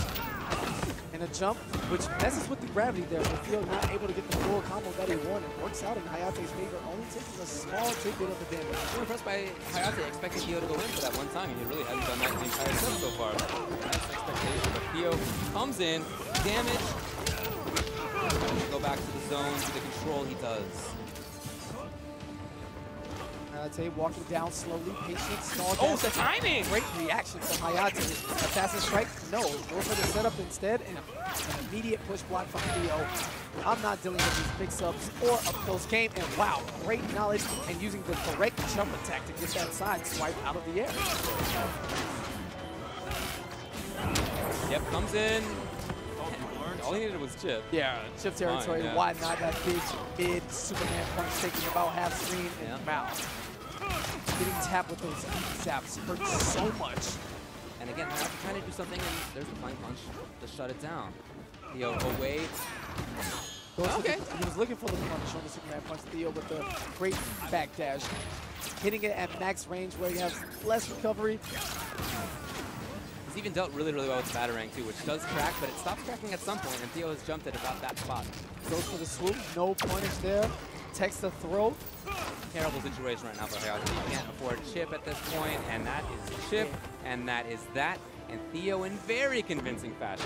3-0 moves on. Again, he has a hold over Hayate here in Injustice 2. Hayate will hit the lab and try to figure it out, but right now, the man with a plan who has only lost to Sonic Fox here at EVO. And that might come up again because he plays the winner of this next one, and that's going to be Sonic Fox and Samij. So if Sonic Fox wins, Theo's going to get another chance at that match, but we'll see. Samij is going to have a lot to say about that first. Going to be very strong. All right, Geico Gaming. Proud partners of TSM and Fanta Global here throughout the venue, helping out with everything they can. You simply visit Geico.com, download the app. Free rate quotes. I'm intimidated by the gecko, I'm sorry. He's looking at me a little too hard. He's green in the eyes. It's really cute, and now I want one. Help me, David, please. Green with jealousy, eh? Yes. I'm a bad person. That's right. You can console yourself with some excellent top 8 action. That's okay. We're continuing with it here. Samij on the left, Sonic Fox on the right. Again, he made it 2 winners, top 8, without having lost a single game. I don't mean a match. I mean like a 3-0, 3-0, 3-0. He beat everybody 3-0 until he faced HONEYBEE, and HONEYBEE beat him 3-2. So now he's in the loser's side. And as you said, every time he's won EVO, it's been from the losers. Yes. And whenever he is in the loser's side, it's serious business. Yeah, something under that hat just kind of tickles on the top. And you have to push him to his absolute limits in order to slay him now. We talk about how the talent field is so wide open. I can see Sonic losing right now. Sure.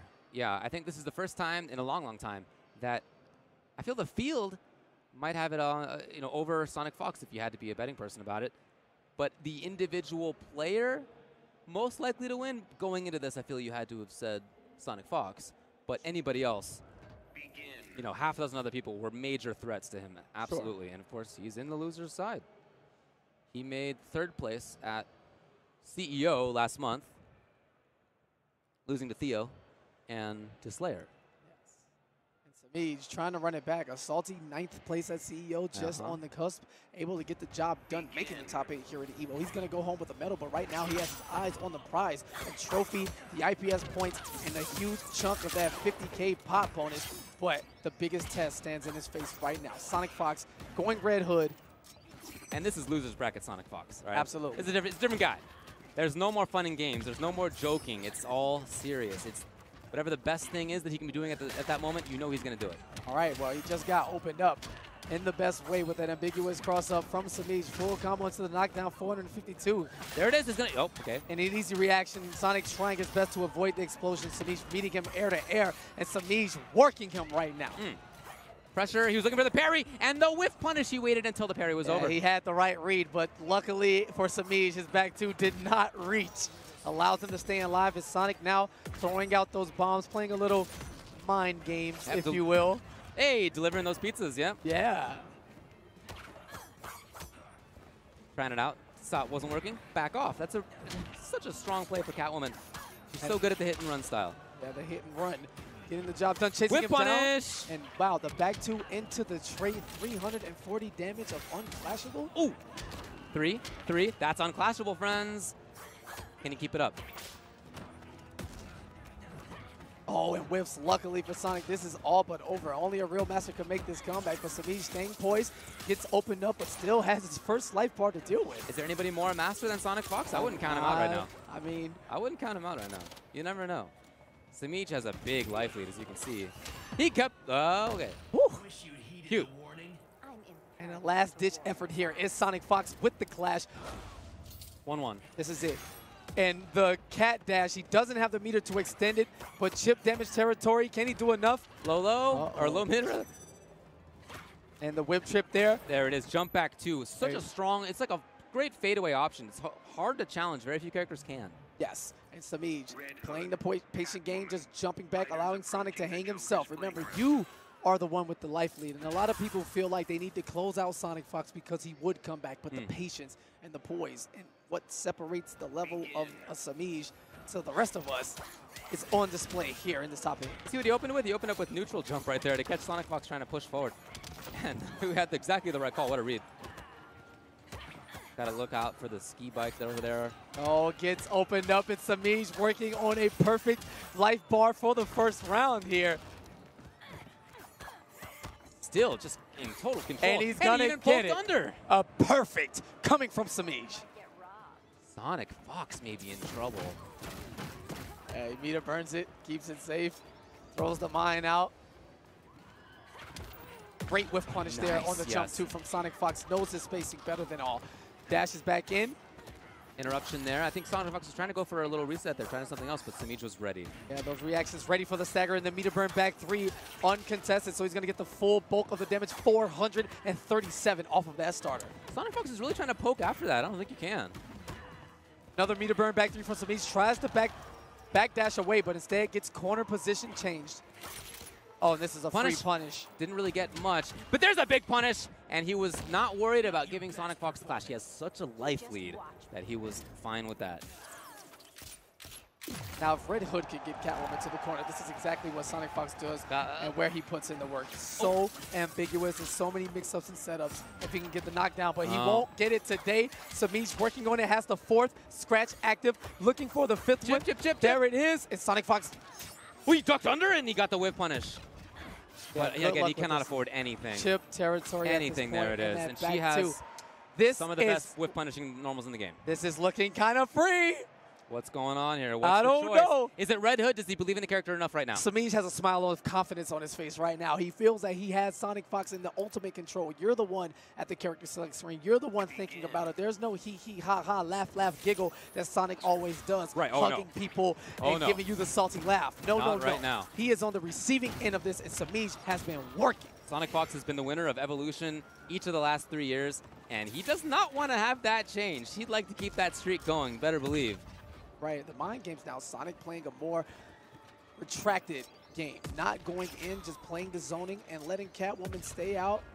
Red Hood has a lot of strength, but when he throws those mines, it does take a long time. It's about 75 frames for it to actually come out. So you got to make sure you're free on time. Goes for the low now, the double kicks into the trade cancels. And the patience from Red Hood now, yeah, Sonic biding his time, adapting. And working on a near perfect on Samij, but he finally gets the opening that he wants. Meter burn cat dash. Sonic with the wake up. Okay, yeah, he looks much, much better there. A little bit more patient, whiff punishing better, not overcommitting. Caught trying to press a button after that jump in. Is Sonic Fox, he will get eaten alive for it. Into the corner we go. Cat stance trying to mix it up. Safety. But Sonic puts some space in between them. Another whiff punish on the jump too. Overhead, but blocked well. Some overhead. Yeah, some healthy chip damage from that string too. The forward 3 jumps in, follows into the corner. That whip, hard knockdown, jump back 2. Like you said, a great fadeaway attack. Linking it to a jump in this situation. That should be a whiff punish, and Samij does get it. I like the idea of that a lot, but Sonic Fox did not wait until his character turned to the other side. Sonic Fox opening up now. Samij has a lot of meter. So controlling now is Sonic Fox. That's the intention. Gets the bomb unblockable there. Samij back in control. Into the corner we go. Sonic trying to wake up. No invincibility on those dives. His wake-ups would be the parries, which are massive guesses. It wouldn't work on jump attacks anyway, so Samij right on top of it. Excellent Oki decisions here. Advantage on block. Sonic Fox trying to move away. He was a little bit too far for the whiff punish, but I like his game right now. He has meter. He spends it for the chip. Sonic Fox. Okay, Samij trying to open him up. That's his last resort right now. Could be in big trouble here, David. Big trouble. This could probably kill. Coming out right now. This is going to kill. He might take it. Is Sonic Fox out? He is! Sonic Fox is done. Samij with the elimination. The EVO streak has fallen. All of you at home who say, why watch? LOL, Sonic Fox wins. You can hold that. A new era is upon us. And the young man from Tampa, Florida, Samij, representing Noble Esports, is the man to do the job. The NRS scene is the strongest that it's ever been. For years, Sonic Fox ruled the roost.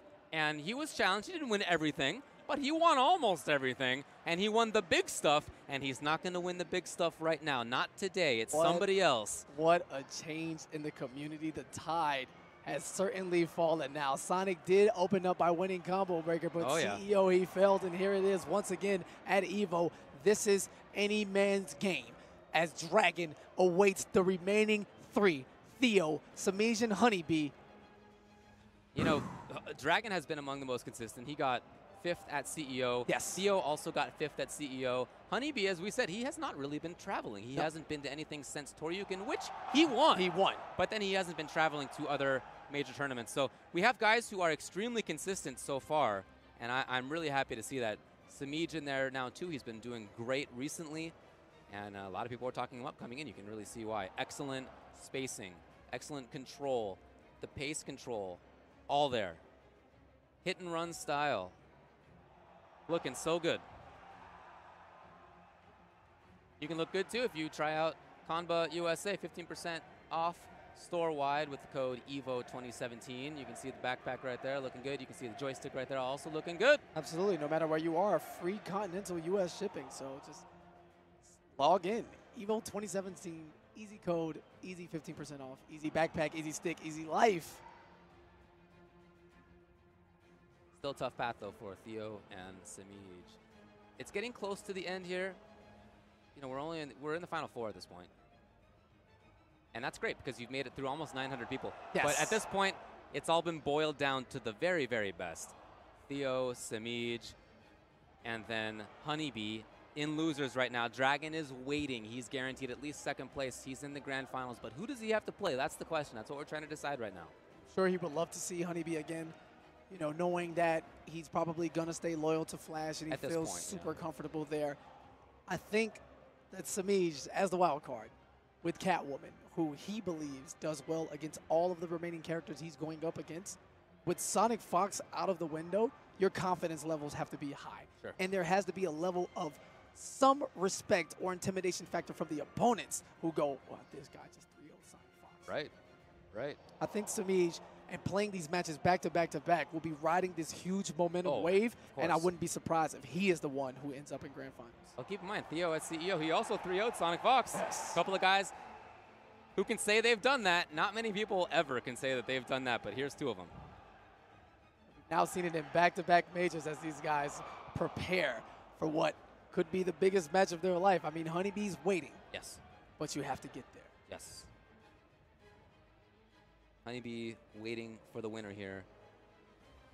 Superman for Theo, Catwoman for Samij. You know, there's been a lot of talk, of course, for a new game. Still only a couple months old. Absolutely. Still a lot of talk about which characters are strong, and Superman, strong, yes. Aquaman is in this as well. We saw Dragon with him.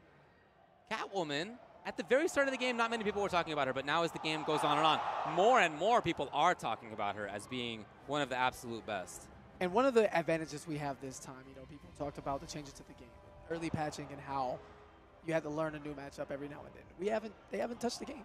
I love it. They have promised really to been let it hands rock. off. They've been hands off. And so all the things that we've figured out, all the matchups now, this is player driven. And I love that NRS has given the players a chance to do that. Yeah, and every week there's a new breakthrough, either complaining or Oh, yeah. figuring it out. And instead of thinking it was going to be a dead shot fest, he hasn't appeared once. The Black Adams have lost. They lost. Is Look, something wrong here? When the game came out, the first week or so, people were talking about Deadshot. Yes. How would he do? Is he going to win everything? Free. And then, of course, Flash won Toryuken. And then there was one Deadshot at Combo Breaker, Sonic Fox. Yeah. All right, he won. Only one, though, in that top 8. And then in Combo Breaker as well, Atrocitus did well. People coming into CEO were thinking, wow, Atrocitus looks great. Is this going to be all Atrocitus? No, there was one in the top 8, and he wasn't a main either. He had a couple of other characters up his sleeve. In that, after CEO, people were talking about Black Adam. Is top 8 at EVO going to be all Black Adam? All Black Adam, Is it Black gonna Adam, be, Black no, Adam. There were 2, and they weren't mains, and they're already gone. Yeah, so they kind of took some L's. So the game is evolving it's every changing. single major, every premier event. That's not to say that those aren't all strong characters, because certainly they are. No, absolutely. Black Adam, Atrocitus, Deadshot, they're all good. But don't get this mindset that you need to play one of those characters, because here's the rest of the people in this top 8. They're not. Yeah, I don't think the divide is that huge. It's from the top guys to the rest of the cast. It's like clearly not. It's it's been shown today. Like this is the biggest tournament ever. This is kind of like EVO. And if EVO. Flash is in winners top 8 and Green Lantern made it and Robin, it's like it's not necessarily, you can't necessarily immediately say that means Flash is top tier. Not at all. That's not the point. The point is that clearly he can compete. Absolutely. Factually, he can compete. Yeah, he can make it to winners finals at EVO because he did. Exactly. You have proven factual evidence that's in the archives for you to watch at any given time. Now, I'm sure by the time we get to the next premiere, which is Vianality, there will be a league of more complaints or the next characters. It's how it is, man. Every single week. People figure things out. Things change. New ideas to deal with characters. Yeah, absolutely.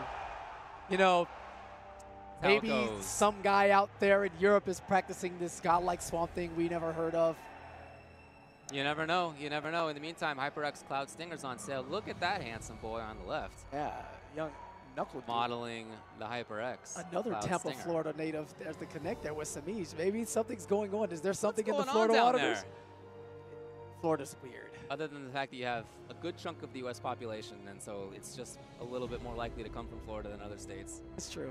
We also have like a hotbed of world-class talent. But you know what is weird? Is Dragon and Sonic Fox are from Delaware. From Delaware, yeah, of all states. The population is 100, and they just happen to produce 2 of the greatest NRS players in recent memory and all time. Theo is from Southern California, which is a big scene, a lot of strength there. Nubcake's just outside of top 8. Oh, yeah. And they had other players who did really well, too. Slayer, of course, Nice fantastic. as well. Has spent a lot of time from SoCal, of course. And then, you know, but you don't need to be from a big scene. Tekken Masters here in this top 8 from Bahrain, of course. So it helps to have a big scene around you, but you don't need it. Not necessarily. No, not really. It's all hard work and dedication. These guys have all put the time in and studied and practiced properly. I'd like to see them kind of, you know, broadcast and talk about the things that help get them to this point, because a lot of it is knowledge. All the information is out there. Sure. You know, you have your frame data apps out there to help spread the knowledge. A lot of guys back and forth with the information, new tech all the time, new setups. Sure. But how do you apply these things? And that's the DNA of all of these guys, the basis. You can feel it. You can watch a tournament match without a name overlay, play 100 Superman players, and I bet anybody could tell you which one is Theo by simply watching it. Yep. It's just it's hard to ape that natural. style. It's hard to mime it. You got it's not easy to do. So here's Noble Samij versus Echo Fox Theo in loser's side. Yes. Top 4. Loser will play in the top 3. That's how it works. Progression. I think so. Have the rules changed? Maybe. We'll think about it. Either way it goes, meter burn, ice breath, into the corner we go, where Superman is a devastating character. However, Samij with the instant escape, planting the bomb on the merry-go-round. Oh, Samij did not want to challenge the potential wake-ups there from Superman. He has some strong ones, and he didn't want to really give it a go, but see if that comes back. Yeah, empty jump there, realizing he was going to cross up where all his attacks would have whiffed. Fantastic awareness to not press a button. You can see Theo trying to, at times, walk away from Catwoman, and that's just really tough to do. She tried it before. Back 3 gets underneath the forward 2 punch, the mid approach. And the up whip, gonna get the continuation. Scratches everywhere. Catwoman, she's had enough. Such a calculated style for Samij. Remember, he didn't even pressure a couple of times when Theo was waking up. He's just controlled the neutral, and that's remarkable against somebody like Theo with Superman. Nice whiff punish there on the back three. The down one into the scoop, spins the bar to secure the life, and pokes that chest out to let you know, listen, man, I'm Theo. I'm Superman. I'm trying to run the show. In case you haven't remembered, I won EVO before, and I'm here to do it again. I love this air mobility here from Theo. There's a lot of feigning. I mean, of course, yeah, with this, Superman has very good ground control, very good footsies, but Theo spends a lot of time threatening it and not actually doing it. I really like the air dashing and the air control that implies it. Right, the reversal trait there for Samij. Simply looking for the escape. 2 hits there to get through the wake up. The first hit absorbed by the invincibility. The second hit breaking through. Into what low is the attempt? Oh, wow, what a pickup. Enough gravity on that. Will he expend the trait? He does not. The recovery is crazy, fans. Now, okay, Theo, he may go for a reset on this. Doesn't. Yeah, that was a huge decision to make there. He could have went for an unblockable setup with the barrels on the other side. Right, yep. Now, granted, the meter is spent, but Catwoman is sitting on a full traded 5 scratches. Any touch into that trait is going to equal death. Oh, and no whiff punish. And what a tech as well. To be ready for that is impressive. Just to throw this time, Theo staying away from that interactable. That's what I'm talking about with Theo implying a lot of this threat, a lot of his motion. He was looking for it. He's already seen Samij do back 3 to get underneath his punch. And he said, this is not happening How again. smart is this man? It's not happening again. Enough patience and at the right time to throw out the meter burn back 3, absorbing the hit of Samij's lunge. And doing it at the right time so that she doesn't even low profile it. Right. That is timing. Right. That is smarts. That is adaptation. And that is running directly into that jump back whip. Knockdown. Same side. Oh, he keeps trying to poke after that. I'm pretty sure she's +1. Challenges the forward dash from Theo, looking for an escape. And Samij, every time he's got his opponent to the corner, a steamroll after he gets that first B&B going. What an anti-air. Meterless stuff, decent damage. He gets a punish. Yeah, this game is wide open now. Theo, little rocks on the boat, just waking up, just not uncharacteristic of him as he's forced to use his clash to Samij. Look at all that skin on Samij's life bar still. That fish is not even covered, uncovered. And the back 3 whips, goes for the down 1 into the scoop, spins the bar, gets about 300 damage. Very respectable for 4 hits. Great. Yeah, she attacks, she builds up that trait slowly.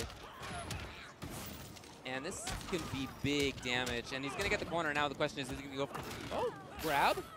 Yeah, See how mean the setups are here. Oh, wake up DP. No, having none of it. Theo, instead of spinning the bar, goes for the rising grab to turn him back into the corner. Stage awareness. Love it. Threatening it. He's staying on top. He's so practiced and ready was Theo. He knew exactly what Samij was looking for.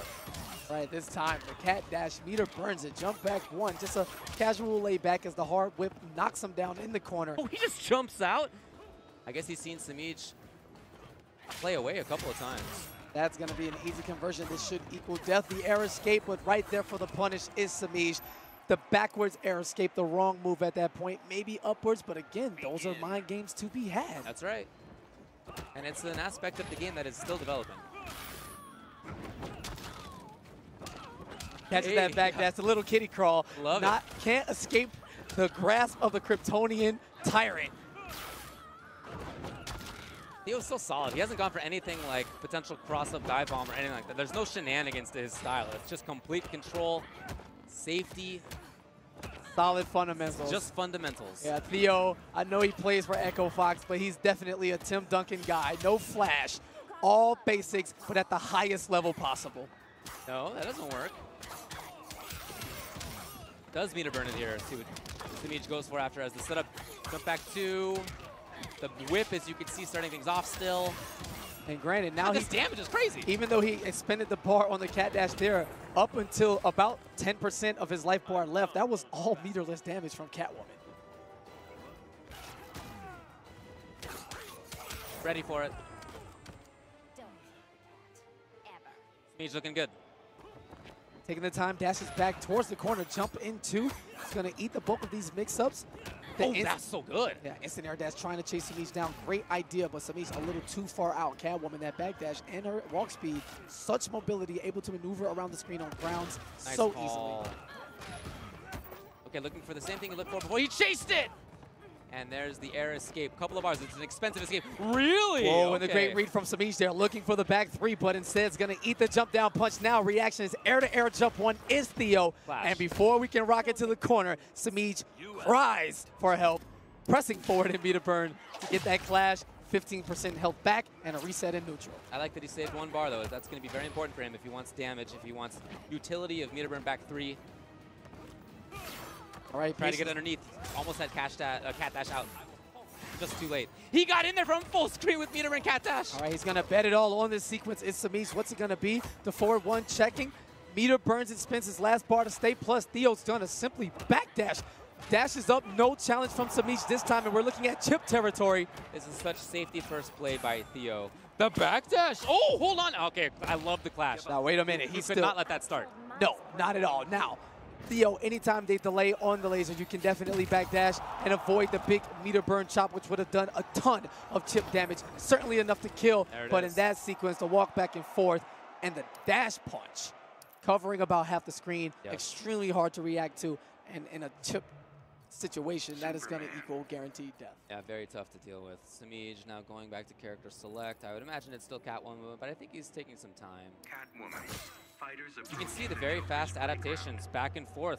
Immediately when Theo saw the back three underneath his forward two, he had the reaction to have the solution immediately afterward. When Samij has seen Theo air dashing around and implying threats with forward two and the like, Samij has been able to find his way through that nevertheless. He's read Superman approaching. Not this time, though. And checks the forward dash right there with the 4-2-3. Theo trying to taunt, bait some normals out as he's just moving freely, flying through the air. You talked about the air mobility and how Theo feints a lot. He simply wants to bait movement. Here it is, still on display. That is his signature. And back to safe play. Oh, but he went in the air. Samij, and he does capitalize into the meter burn. He's going to get a knockdown here. All right, the hard knockdown.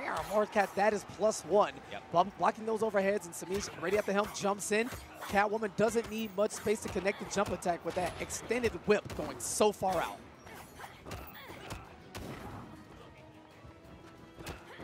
Wow, and these dashes not getting checked now. Okay. Samij a little more timid, but goes back to the meter burn, the back three under the forward two challenge. There is a lot of recovery as you land from the air tech, though, and that's exactly what Samij blew up. Again? Yeah, I don't know if Theo's looking for movement or trying to press buttons, but after that backwards cartwheel, Samij definitely not caring, letting that down one rock into the trip damage territory at that point. And Theo trading up, dashes in, whiffs the forward two, gets the enhanced damage on the throw just a little bit before it goes away. But the trade's already working on it. And back in there, and he just got trade ready for it, and so Samij did not want to challenge, just in case. Not at all. Whiff punish, trades up the EX Frost Breath and the meter burn back three. He didn't cancel the end of it, and she actually evaded it. Sweet. Yeah, getting a little stylish right there with the evade into the cat dash in specials for movement. Trading up, trying to get something. And Theo, match point at this point. Samij is on the ropes. He's in the corner, and Theo does go in. All right, a little bit more angry, imposing his will, but wait a minute, backs off. Maybe the wrong choice here. Samij open Theo's up on his escape. Oh no, bad news for Samij right there. Oh boy, real close to laser, just in range, traits up, and a little too close. 200 damage from that big laser. Oh, he just wants to get in. He does do the wake up. Oh boy, he's got a long road ahead. Yeah, unfortunately, there's no meter for Theo.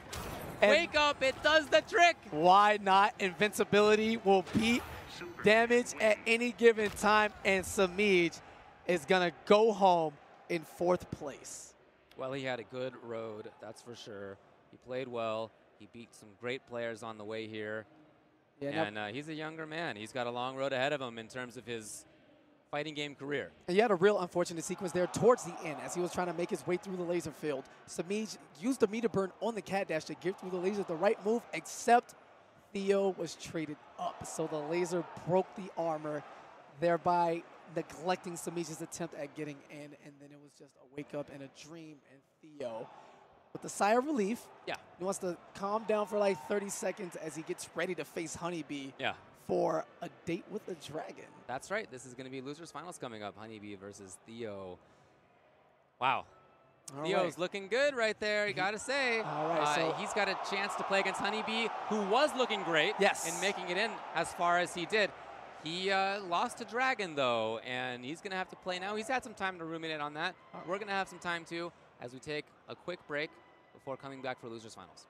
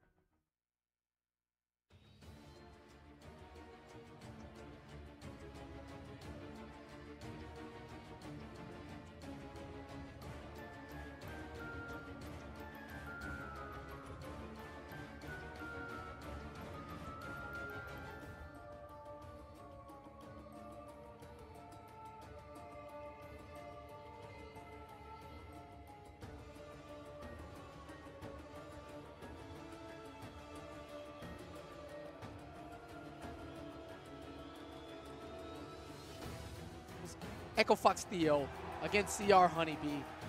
Will we see Flash again? That's the storyline. We all want to see the Flash, but if you keep up with HONEYBEE, a little birdie told me that he tweeted a 3-7 matchup is incoming. Now, whether or not that's in his favor, we don't know. If it's in OS, we don't know. Oh, yeah.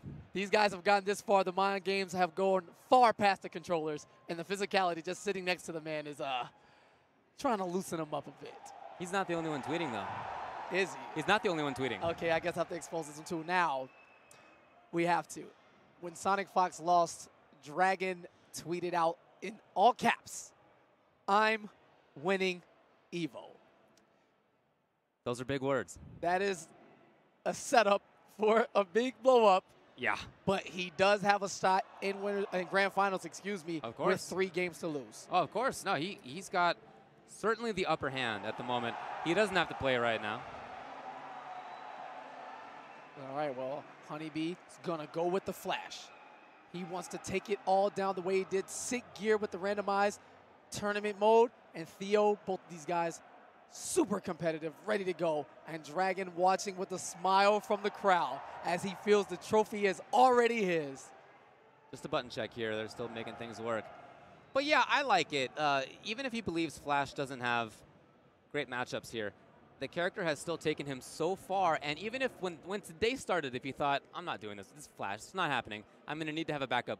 The fact that he did do it with Flash to get this far, I feel like that's got to make him rethink things, feel more confident. Yeah, HONEYBEE also tweeted, "I think my ults are ready for EVO. I hope after the patch I'm able to go all Flash." And then here he is going all Flash, making the deep run here at EVO. No punish there, gets the backdash instead. Jumps away, and the down 2, not sure if that's what he wants. Right, I think it's input error. Uses that evade to shake the lasers. Trying to counter poke, and Theo waited. When it comes to NRS games, some of the strongest things among them collectively, 6-frame moves, and in my opinion, the strongest advancing mids. Huge. Fast ones. Now, HONEYBEE threw out that standing 1 or standing 2 there, and it kept him complacent. 1 step back, and that's a free whiff punish from Superman anywhere on the screen. There's a down 2 he was looking for it this time. Into the setup, what? No, just backdash from Theo. He's out of there. Here's HONEYBEE. And look at Theo, so insistent on escaping. Backdash, out of there. Yeah, he tries to meter burn, roll his way in. Oh, an early jump right into the heat zap, and here we go, shaking off those lasers. And Aaron dashed too early. As soon as he saw the roll, he jumped up into the air. Theo did. But here's HONEYBEE with the hit. He's going to try to get the corner out of this. What's the setup? No, he kind of dropped it there. What was that? And no punish there. HONEYBEE still gets the combo, and we've seen that corner conversion before. So slick. Meterless combo there now. Even though Honey's at a huge life deficit and Theo has access to a clash. Oh, yes. Wow, that was very fast. Okay, Theo. Very fast. Clearly he heard me and didn't want me to finish my sentence. Those HyperX headsets on the stage getting the job done. See that shake? There's no recovery on it. He just goes right into the block. Again, looking for counter poke. Theo's in the air. Shake. Meter burns it for the chip. Sonic pounding the neutral, goes for the down 2, challenging. HONEYBEE's actually under all right situation. Well, until that. Chip, big problem. Wow, and there's going to be a punish. Oh, yes, he got there. I can't believe it. Theo is in trouble. He can't get hit. He cannot get hit here. One more mix-up. Will he wake up? Oh, and HONEYBEE does not commit. He doesn't commit to the low, and Theo is going to meter burn the interactable and get the job done. Almost a big comeback again. We've seen that a lot for HONEYBEE. Theo is going to, I don't know, take some time here. What is it? Oh, he wants to get some water. Okay, nothing out of the ordinary. All right, fine. Keep it on his desk. That's fine. Fair enough. You got to stay hydrated. Yeah. We're here in Las Vegas. It's hot and dry. Absolutely. Got to make sure that everything's flowing well. You know, in HONEYBEE's mindset, in these matches that looked rough or have been hard, when he lost to Aquaman at the beginning, these are close matches that one decision away could easily go in his favor. So I like the stick with Flash here into the corner. The Sonic Pound interruption from Theo. Nice work there. Patience there from HONEYBEE. The overhead. Oh, here's a chance. Right, gets the punish. Into the Speed Force. We're going for the max damage here. Upwards of 400. Looking for the cross-up. Unsuccessful. Gives Theo a chance at freedom. Oh, he actually phased through. That was nice. Again, you see he's building a little bit of meter as he does this. Theo, though, I think is content. Oh, he actually did dash in. Yeah. And a little too late there. The startup not in time to avoid that laser up close. The heat zap Theo putting in work. Like you said, complacent. He's perfectly fine with just building meter from a distance and gets a raw jump in. What was that? Oh, he was looking for the wake up. Theo, good call. Might be the life bar. Not quite. And the wake up, because why not? Back to the wall, a chance at freedom. The right idea with the meter burn roll, but not quite enough space to cross over to the other side. Eats the laser during his recovery, and this time successful as HONEYBEE takes a listen in those HyperX headsets. Yes. The commentator's curse or blessing. We are not piped into the house. That's ketchup and mustard, but Yes. they must be listening. And somehow, I tell you. That's the secret tech interrupting the down one in between the scoop. Here's a big one. Well, he's got block at least, and Theo trying to get away. All right, trying patience, to find space. walking him down. And that was smart right there by HONEYBEE. Just throwing out one button, not committing to a full string, so Theo wouldn't open him up for the whiff punish. HONEYBee taking his time, walking Superman down into the corner. He's going to win the clash Ooh, successfully. really? 15%. How about that? Nothing from Theo. He was content. Here's a chance now. There's no clash. That means straight. And a setup after this. If HONEYBEE doesn't drop it, he does, but gets the wake up. No air tech out of there. Here's Theo now trying to pressure. He was looking for something. It didn't come. And now the tide has turned. Theo, Flash getting that wake up resource. EX is the interactable. Oh boy, almost a whiff punish. Whiff there and big. There it is, has to clash. And neither one has meter, so this is just an escape. It's just, I don't want to be where I am. Don't deal damage to me. And that was really clutch, because had Theo gone for the breath on the rest of that combo, he would have gained enough with that super to get the ice restand into the back three, but instead, it is HONEYBEE clutching it out, and that is the focus of a man who wants it more than anybody. Opening up immediately with the trait. How about that? Into the continuation, looking for the reset on the exit. Goes for Got the it. overhead, trading some pokes now. Cancels the lightning kick for a backdash to escape, and the double down two. Funky. Where's he going? Overhead. Here it is. Damage. No, he leaves it on his plate. Down two. And again, the air escape. 2 bars, though. It's expensive. Yeah. And goes for the reversal so fast as Flash beats down so quick that the eye can't see it. He expected the laser this time. He saw it last time. Sonic pound and flips again. Back to back. Punish. No, not quite. Too far. And here's, again, Theo looking for meter burn through something, armoring through something. Didn't come, though. Flash phasing. And wow, the instant challenge. HONEYBEE having none of it. The call out. Theo, I am not afraid, sir. I'm going to make you commit to the hardest reads ever if you want to see Dragon in Grand Finals. That is not what Theo wants to do. Theo wants to play safely and patiently. He does not want to make the hard reads, but yeah, I think that is where he's getting towards sort of needing to have. All right, again, the Sonic pound and foot. Whiff punish? That was the easiest whiff punish in the history of fighting games, as Superman just flailing his arms as Flash runs through the Speed Force.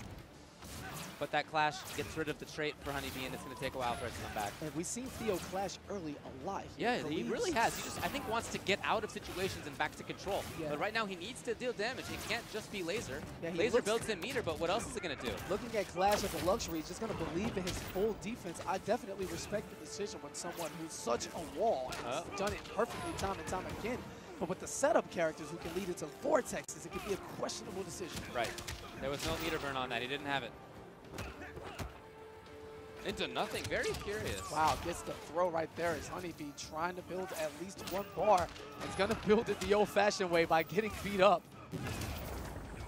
Oh, and that was great. Denial of the trait. HONEYBEE tried to get a little extra out of that last pixel, but instead cost himself about 15 seconds of recharge time. He was looking for that flying punch that just came. All right, the running man stance. Lasers blocking low. Here's the phase out. Jumps over the heat zap piece by piece. The patience. Theo now coming in. Wants to impose his will, and the chase down from Big HONEYBEE. times. Making the hard reads. Into what? What's the setup going to be, Theo? He blocks it well. Punished. Open up, and HONEYBEE on the cusp of making Grand Finals 2-1. A couple of the strongest players from the last 2 NRS games meeting here to play a new one. In Dragon, who just started playing a couple years ago, but is already in Grand Finals. Taking his time.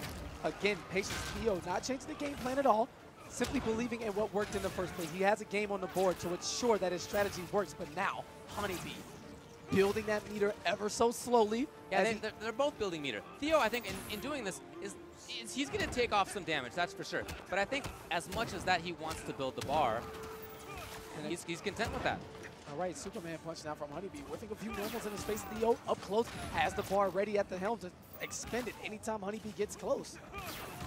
And there you go, a great denial, saving his meter for those meter burn lasers, a huge chunk of damage and massive pushback, full screen away. That had worked though. HONEYBEE had gone air to air a few times. This time though, Theo, who I don't think he's taken a lick of damage yet. He hasn't. He is working on a perfect. I haven't seen a perfect in Injustice 2 since Wild Cowboy and the Hometown Heroes. We're not going to see it again. No, not here, not in person. Oh, No okay. punish. But still a good situation for Theo, in control. He doesn't go in. Again, it's the safety first style. Big stuff. Theo got it. 3-3. And then chip. And what a difference of game. Even though it's at 2-2 and you're playing pretty much even, coming off of that demoralizing loss has to work wonders on HONEYBEE's mindset. The Flash. Sticking with the Flash. There's a new stage on deck. They're going to Arkham. See if this works any better for HONEYBEE. Trying to get into grand finals against Dragon. Here we go, the final game. Someone is going home in a salty third. Someone will play for the trophy.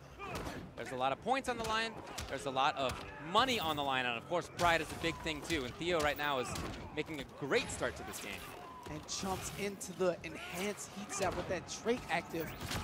And the Sonic Pound and footsies again. HONEYBEE's going to get some mileage out of it. Slams him into the sign, chases him down to the corner. He does not. Instead, evades the jump in punch. Too far. Punish. Comes in. No, but not into the rest. I mean, there's the meter burn. Get that extra safety. Down two, he was looking for that. HONEYBEE into. Gets the overhead, chasing down the back dash, spins the Speed Force trait. This should be enough to kill a bunch of kicks. And HONEYBEE strikes first. 1,050 health points away. He's in there immediately too. And again, a very, very early clash. Very early.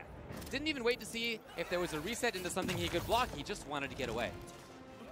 This may come back to haunt Theo. He's going to believe in his defense. Has to meter burn that to stay safe at that point. Oh, yeah. There it is. That's the life bar. So Theo's decision ends up being okay. It's very close now, very even, although he's down in meter. Yeah, he has no bar for one there now. It is. He builds it quickly. No big deal. He has no clash, and HONEYBEE sitting on multiple meters. Any touch, and Theo is in massive danger. Walks back, taking their time, patience, ducks. Overhead ends up, okay. All right, and Theo has no meter. Back to it, trying to do it the old-fashioned way. HONEYBEE is a big threat at this moment. If he finds something, he's got all the meter. He's There got the it is. resource. There it is. He And can get big stuff. What's the reset going to be though? What's the meaty situation? Got to be something good. It's an escape. And Theo burns his last bar of meter again. No more lasers to be safe. No meter. Here burn comes back, HONEYBee. He drops it. Air dash out. Oh, boy, punish. this can be a lot of damage. Oh, my God, big Will time he go trouble. finally in there for the reset? No! And the throw coming down to it. HONEYBEE's going to build enough meter for a super. HONEYBee isn't. Oh, okay, here it is. He wakes up. He brisks it out. Doesn't care. He does have access to a clash. However, Theo won't be looking Hold for on it. now, HONEYBee. Can he kill with this combo? He might be able to. Let's see when he gets the reset. He commits to it. No guess. The overhead into the super, and HONEYBee with all the energy of the thousands of attendants and the hopeful millions watching around the world. The Flash God Lord is going to advance into grand finals. Dragon, you've got some explaining to do. Even he started this day, at least outwardly, at least publicly, not really believing in himself, but you cannot say anything negative about how he has played. He's been so confident, so good, so patient, so many comebacks within rounds, within games, within sets too, and that means he gets to challenge for grand finals. And who would have called it the Flash in grand finals? All Flash. All Flash, all Flash, and his opponent will be... Isn't this why we play the game? Look, that's right. If you knew what was going to happen beforehand, then why bother? We didn't know. We didn't know. Would we have said Flash? Probably not. But I think given the history so far of a lot of Deadshot, nope, a lot of Atrocitus, nope, I feel like it was reasonable to expecting a lot of Black Adam or anything else was probably not going to happen either. And it hasn't. It's a beautiful really thing. hasn't. Such an amazing showing. Unpredictability in this top 8. And HONEYBEE the biggest test ever, to beat the men who sent you to losers in grand finals. That's right. And beat them twice. It's a hard road, hard slog against a matchup that he doesn't like, assuming it's still going to be Flash. We'll see what he does. We'll see what he does. It's going to be very exciting, going to be a lot of fun to watch, and there's also a lot of fun to be had tonight. Yeah, check it out at Wave Dash. Wave Dash Games is hosting an after party at the Nerd, Las Vegas, from 10 p.m. to 3 a.m. for the communities with an exclusive playtest, gaming, billiards, and bowling. The details on Wave Dash Games Facebook. We got these fancy chairs as well. We're sitting on them. How do you feel?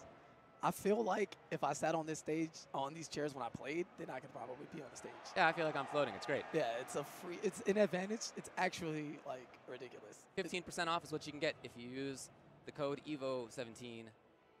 Pre-order now for that pillow right there. That's pretty cool looking. Vertigear.com. I took the pillow and I have it in my bag. I'm keeping it. What? Come on. Only one match left. As we take a look out into the stage, the EVO logo hanging high above the convention center here at the Mandalay Bay. And if you're not here, and I guess you're not because you're watching on the stream, it's really big in here, all right? Yeah, that look right there that we just had, that camera pan, was maybe half of the venue. Maybe a third. Maybe a third is more accurate. It's gigantic. With the crowd stretching all the way back as far as it can go to watch these two gentlemen duke it out for the title of Evolution Champion. Dragon, and you can see it on his face, he's a young player. He has not been playing for that long. It's a couple of years compared to 20 years for some folks. And it's going to be Aquaman mirror. He didn't like it. He didn't like it how it went in the winners before when he was up and then he died to Aquaman. All right. So he's going to try his own Aquaman. As I said, he might. That was his call to me before top 8 even started. Yeah, and the Barry Allen dream is certainly on hold for the moment as Arthur Curry, the king of Atlantis, wants to stab his trident into the Injustice Pro Series point leaderboard, into that 50K pot bonus, and into the Evolution trophy. So HONEYBEE with the red. Yes. Dragon with the blue. Random gear on. The jump ill-advised down to the anti-air from Aquaman is one of the best in the game. Yeah, go for the side switch after that 4-2 scoop. Throw him back towards the corner, but now keeping it neutral, and that's going to be a punish on the from the deep. Dragon not sure what he was looking for, maybe trying to catch some movement. Immediately traded up and immediately down one, booking out. Still alive, though, in this round is Dragon. And the reversal try to rush is going to be avoided. Easy backstep for Dragon, and the anti-air from HONEYBee. You know, if HONEYBee had woken up there with some special move, then Dragon's jump would have been great. It would have paid off. He would have gotten a hit and a lot of damage by the round. But it's a big call to make. And the down one try to rush. HONEYBee's going to push block and try to gain some more mileage out of this. Okay, but chip territory, Dragon's okay letting the tentacle strike rock from any distance. That tentacle strike is punishable by a tentacle strike. Yes. So neither one really wants to make the first move. As you can see, it's a slow play. He doesn't get it in time. Traits up anyway, ill-advised. Not sure after the plus frames, down one into the try to rush, going for that guaranteed chip pressure. Plus frames right back at you. And HONEYBee with the challenge. Didn't believe it. Following up, everybody wants to try to escape after that, but Aquaman does have some advantage. And this time, HONEYBee with the anti-air. Making the hardest of reads. Dragon looking for the backdash in that situation. HONEYBee challenging with the down two, calling himself out. Right. Trident toss. Right back at you. There it is. But no the meter. whip punish. Neither one wanted to make that first. Okay, here it is. HONEYBee. And we're about as even as we can be right now. HONEYBee with a slight life lead. Not anymore. Times have changed. The back three. Yes, sir. Miss. Uh-oh. That's a bad situation for Dragon. Water shield. He's trying to get through something. Again, maybe trying to fake from the deep. I don't know. Here it is. And immediately he gets. This is a huge advantage. Gigantic That's a single move into a throw string for Dragon, but it results in a 25% health recovery, but HONEYBee a little greedy, trying to dash up, and now he's going to pay for it with his life. Okay. Dragon with the clutch, checking that dash, and just like that, 1-0 from the man who said he is going to win EVO. Well, Aquaman, it seemed okay. He made some good decisions. He clearly seems solid with the character. Absolutely. He's going to run it back. Getting up here's a big punish. Nope, but of course, Water of Life. Yeah, right back at you. Although there was a lot of damage in there. And they're going to both get soaking wet as they try to avoid each other's advances towards the corner now. Going for the meaty back two with that wake up trident rush from Dragon. Oh, not blocking the overhead. Yeah, he's chipping him out, getting a nice toss of him, just cutting him into a million pieces as Dragon. Try to whiff punish. I like the idea. Yes, a little late. There's the landing punish. Yeah, that's enough. That's enough. And that's okay. Even though he traded up, he's still taking the full damage. Every chunk of the Trident Rush, eating his health alive. Punish. 4-2 with the 4-2. Whoa, HONEYBEE having to back off a little bit. Yeah, they both have mind control right now over the water and the sea creatures, which simply includes each other now as they are one. Dragon with the tentacle strike. Yep, on the landsies. Yes, on the landsies.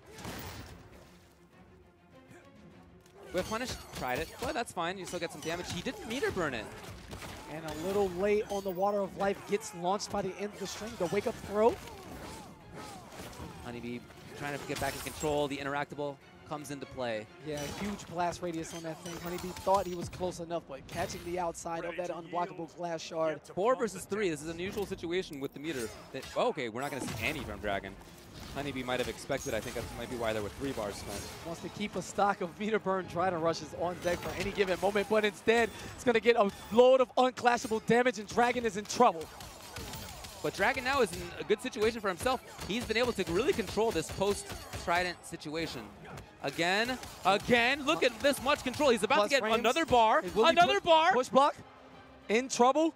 HONEYBEE has patience, back to back, there's a whip. Oh, he doesn't have push block, he doesn't have it. Chips him out, not enough bar from HONEYBEE. Instead of blocking the back two, he looked for the backdash, stayed still, and died with his defense in his hand. No meter to push block. His EVO life's on the line here for HONEYBEE. He needs to win 3 in a row or else he's gone. And he has moved into Flash. Let's see if he locks in. He does. The crowd is screaming for him to pick Flash one way or the other. Aquaman didn't work. You just tried it a couple of times, and Flash brought you into grand finals. That's what he's going to trust right now. Dragon may win EVO. His tweet may be right. He may have predicted it.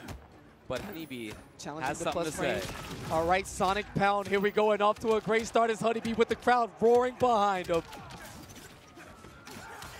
Great delay wake up from Dragon there, avoiding the timing on that neutral jump punch. So ambiguous, but instead eats a normal combo of the regular variety. Slick reset. HONEYBEE tried to slip it in there, but Dragon was ready. A lot of chips, still control. What an option in that situation. And the anti-air from HONEYBEE takes the first life bar and a jolt of energy, surging through this building, looking for the comeback. However, Dragon doesn't care about your crowd or your favoritism. He has his eyes on the prize, and he is 1 game away.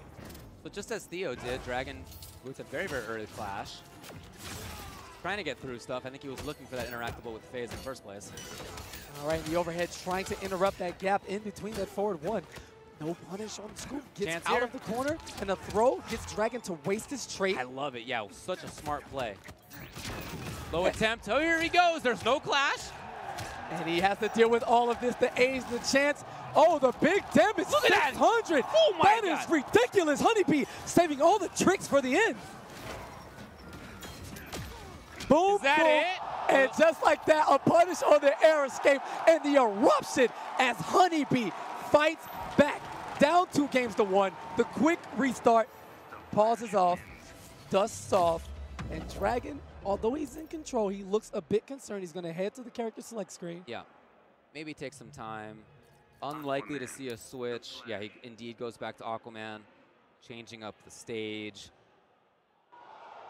And yeah, HONEYBEE, to take that as he did without even losing the first life bar, that's really got to give you a good boost. You know you got to win 2 in a row or else it's over. But in doing that, there's 2 ways. You can be worried or you can feel confident. And right now, he should feel confident. All right, the double dash now. Phasing.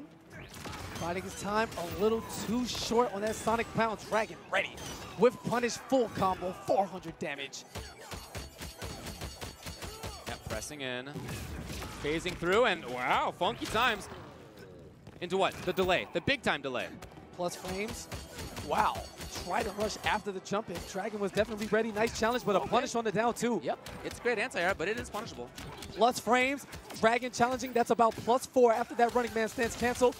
and the Trident Rush is going to chip him away. HONEYBEE now trying to find whatever is left to deal with it. Aquaman on the cusp of taking EVO. Dragon ready to celebrate. One Trident Rush at a time, plus frames. Great blocks. He was willing to just wait it out. HONEYBEE's now got the punish. He's going to get the meaty situation if he needs it here after this combo. He does. Oh, no, maybe not. Maybe not. Enough Maybe to not. kill. And drops it, but Meaty down one, and HONEYBEE fighting back. 1 bar meter, a trait and a dream. 540 damage, but Dragon, no stranger to the clutch performances. Oh, yeah. We just saw it before. He was down against HONEYBEE's Aquaman, and he made the comeback anyway. Fantastic spacing from Dragon there on that whiff punish, just outside of the range of Flash's low pokes, and gets the combo off the trade. How about that? Yeah. Setup coming in. There's just been such good defense out of Dragon. He has blocked well, he's delayed well, and now there's going to be a clash for HONEYBee. He's going to have to spin it all. Yep, I agree. And Dragon going to meet him halfway and deny a huge health reach in, but nice punish right there. He doesn't have to beat it to expend. Has he had to spin it now? Dragon deciding to clash earlier. He has got a bar, HONEYBee doesn't. Dragon, yes, 1 back. He had most of another bar too, and of course, fast meter build for Aquaman already is there. Patience, HONEYBee, look yeah. at the respect, Yes. the punish. And there's no trait here. If HONEYBee finds 2 more situations, maybe 2 more now, maybe 1. I mean, remember that 600 damage he had. This is maybe the chance immediately into the air. Smart. The jump in punch into the down 2. Wake up scoop from Dragon into the corner, plus frames. HONEYBee is at his worst now. Back to the wall. Dragon with enough meter for the Trident Rush. Oh. This is the juggle. Phasing through, and he got it! Is he in there? Unbelievable! This is gonna combo. Will he jump it? He does not, and HONEYBee stays alive. 1 more match. Look at that face. It is a face of stone. There's no emotion betrayed one way or the other, and that's what you need at this moment. You need to have the calm nerves. In fact, that might have been a smile at the start. A little bit. He's feeling it, and HONEYBee definitely can make this comeback. However, Dragon is not giving it up easy. These are all super clutch moments, and Dragon, known for closing the door on his opponents, may be able to get the job done here. Trident Rush, pressure, chip damage. No activation for you, sir. He is now getting bullied, and Dragon is having his way with HONEYBee in the corner. Wake up finally there from HONEYBee. He tried to phase through, but did not quite get the move out in time. Ah, he didn't think he should keep it going. Look at this. And there it is, the bait. Dragon is rolling. The time is now. The clock wants to end at 12. Dragon fearing a reset. There's a great punish right there. And Dragon doesn't have any more meter, but he's still, oh, he expected the walk-up grab. And that is a punish, the Water of Life in between. Overhead now into the Sonic Pound. What's it going to be? Poke through, and Dragon having none of it. Very bad situation now for HONEYBee. He's caught in the corner. He does have a couple of bars, but is that going to matter? He's going to need more He's than got to a get real hit. master comeback here. He needed to get hit right there to get the life back with the clash. But even after that, this mountain is gigantic. He's about to climb Everest if he's going to do it. And Dragon, the security at the door, man, ready to slam it on HONEYBee and dash his EVO dreams with the swing of a trident. Dragon called it. He called it, and he gets it. Dragon takes EVO 2017. And the young man from Delaware finally does it. At the end of the MKX lifetime, he slays the demon in Sonic Fox and wins his first major. And now here he is a few months later, new game, extended scene, and a man who didn't play the first game competitively put the time in and the work, and Dragon is your 100,000% deserving Evolution champion. To go through as many players as he did without losing a match is incredible. And he did it. You talked about him not having played Injustice 1. When this came out, some of the old vets from Injustice 1 said people who didn't play Injustice, they're gonna have a tough time coming into this game. It's totally different, very different game. Yeah, like you can't practice. Come on, yeah. Like anyone can. It's so heartwarming to see Dragon talking to him before the game. When he was playing, he was struggling. He's the guy who plays 100 matches, gets bopped 90 to 10, and goes, I'm learning. He doesn't care. Nothing outside of tournament matters. And that dedication and the honesty with himself, he knows he was going to be godlike. That's how he felt. He was right. He had to work for it, and he did. He sure did. And now you have to hold that forever. That's right. He is always the 2017 EVO champion in Injustice. That is his. It's not Sonic Fox's anymore. It was Sonic Fox's for years in a row. Years in a row. He went an entire year without losing a tournament in Injustice 1. Yeah. And then he controlled MKX a lot of the time as well. Didn't win everything, but most things. Yeah. And when it came to the big moments, he sure did. But already, biggest moment so far we've had in Injustice 2. Game is pretty new, only a few months old. EVO's the biggest moment so far. Beautiful. And Dragon took it. Back to back. 3 majors, 3 different major tournaments. Victories, Sonic Fox, White Boy, and now Dragon sitting atop of the mountain, leading the charge. First in the Injustice Pro Series for points now. Absolutely. And keep in mind, he did well at both of those previous events too, Combo Breaker and CEO. But yeah, different people winning, different characters winning, different characters getting into the grand finals. Play even. Injustice game. Play the characters that you find interesting. You may find something in there, because a lot of these guys really did. And Flash for HONEYBEE, like I said, he came into the day at least saying he didn't really believe in the character, but to get to grand finals and to almost reset the bracket. That last game was tough times. But until then, he almost made it. You got to believe in your character. He does. Yeah, nice work. Hold it with us. We're going to throw you to the stage for the award ceremony. Check out these guys receive their medals and the beautiful trophy coming to Dragon.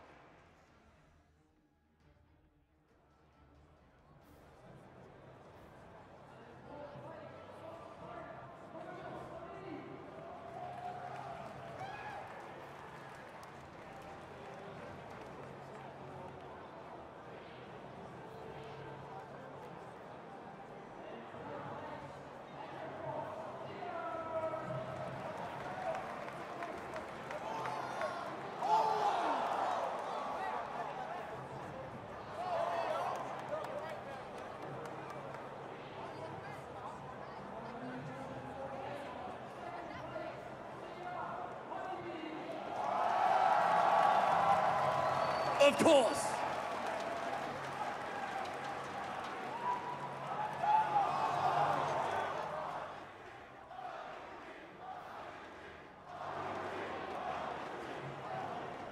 Now last but certainly not least, let's give it up for your first Injustice 2 EVO champion, Noble Dragon!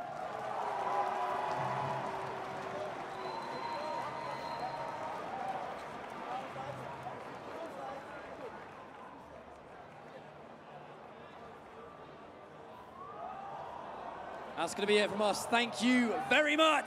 Give it up for our top 8 for Injustice 2.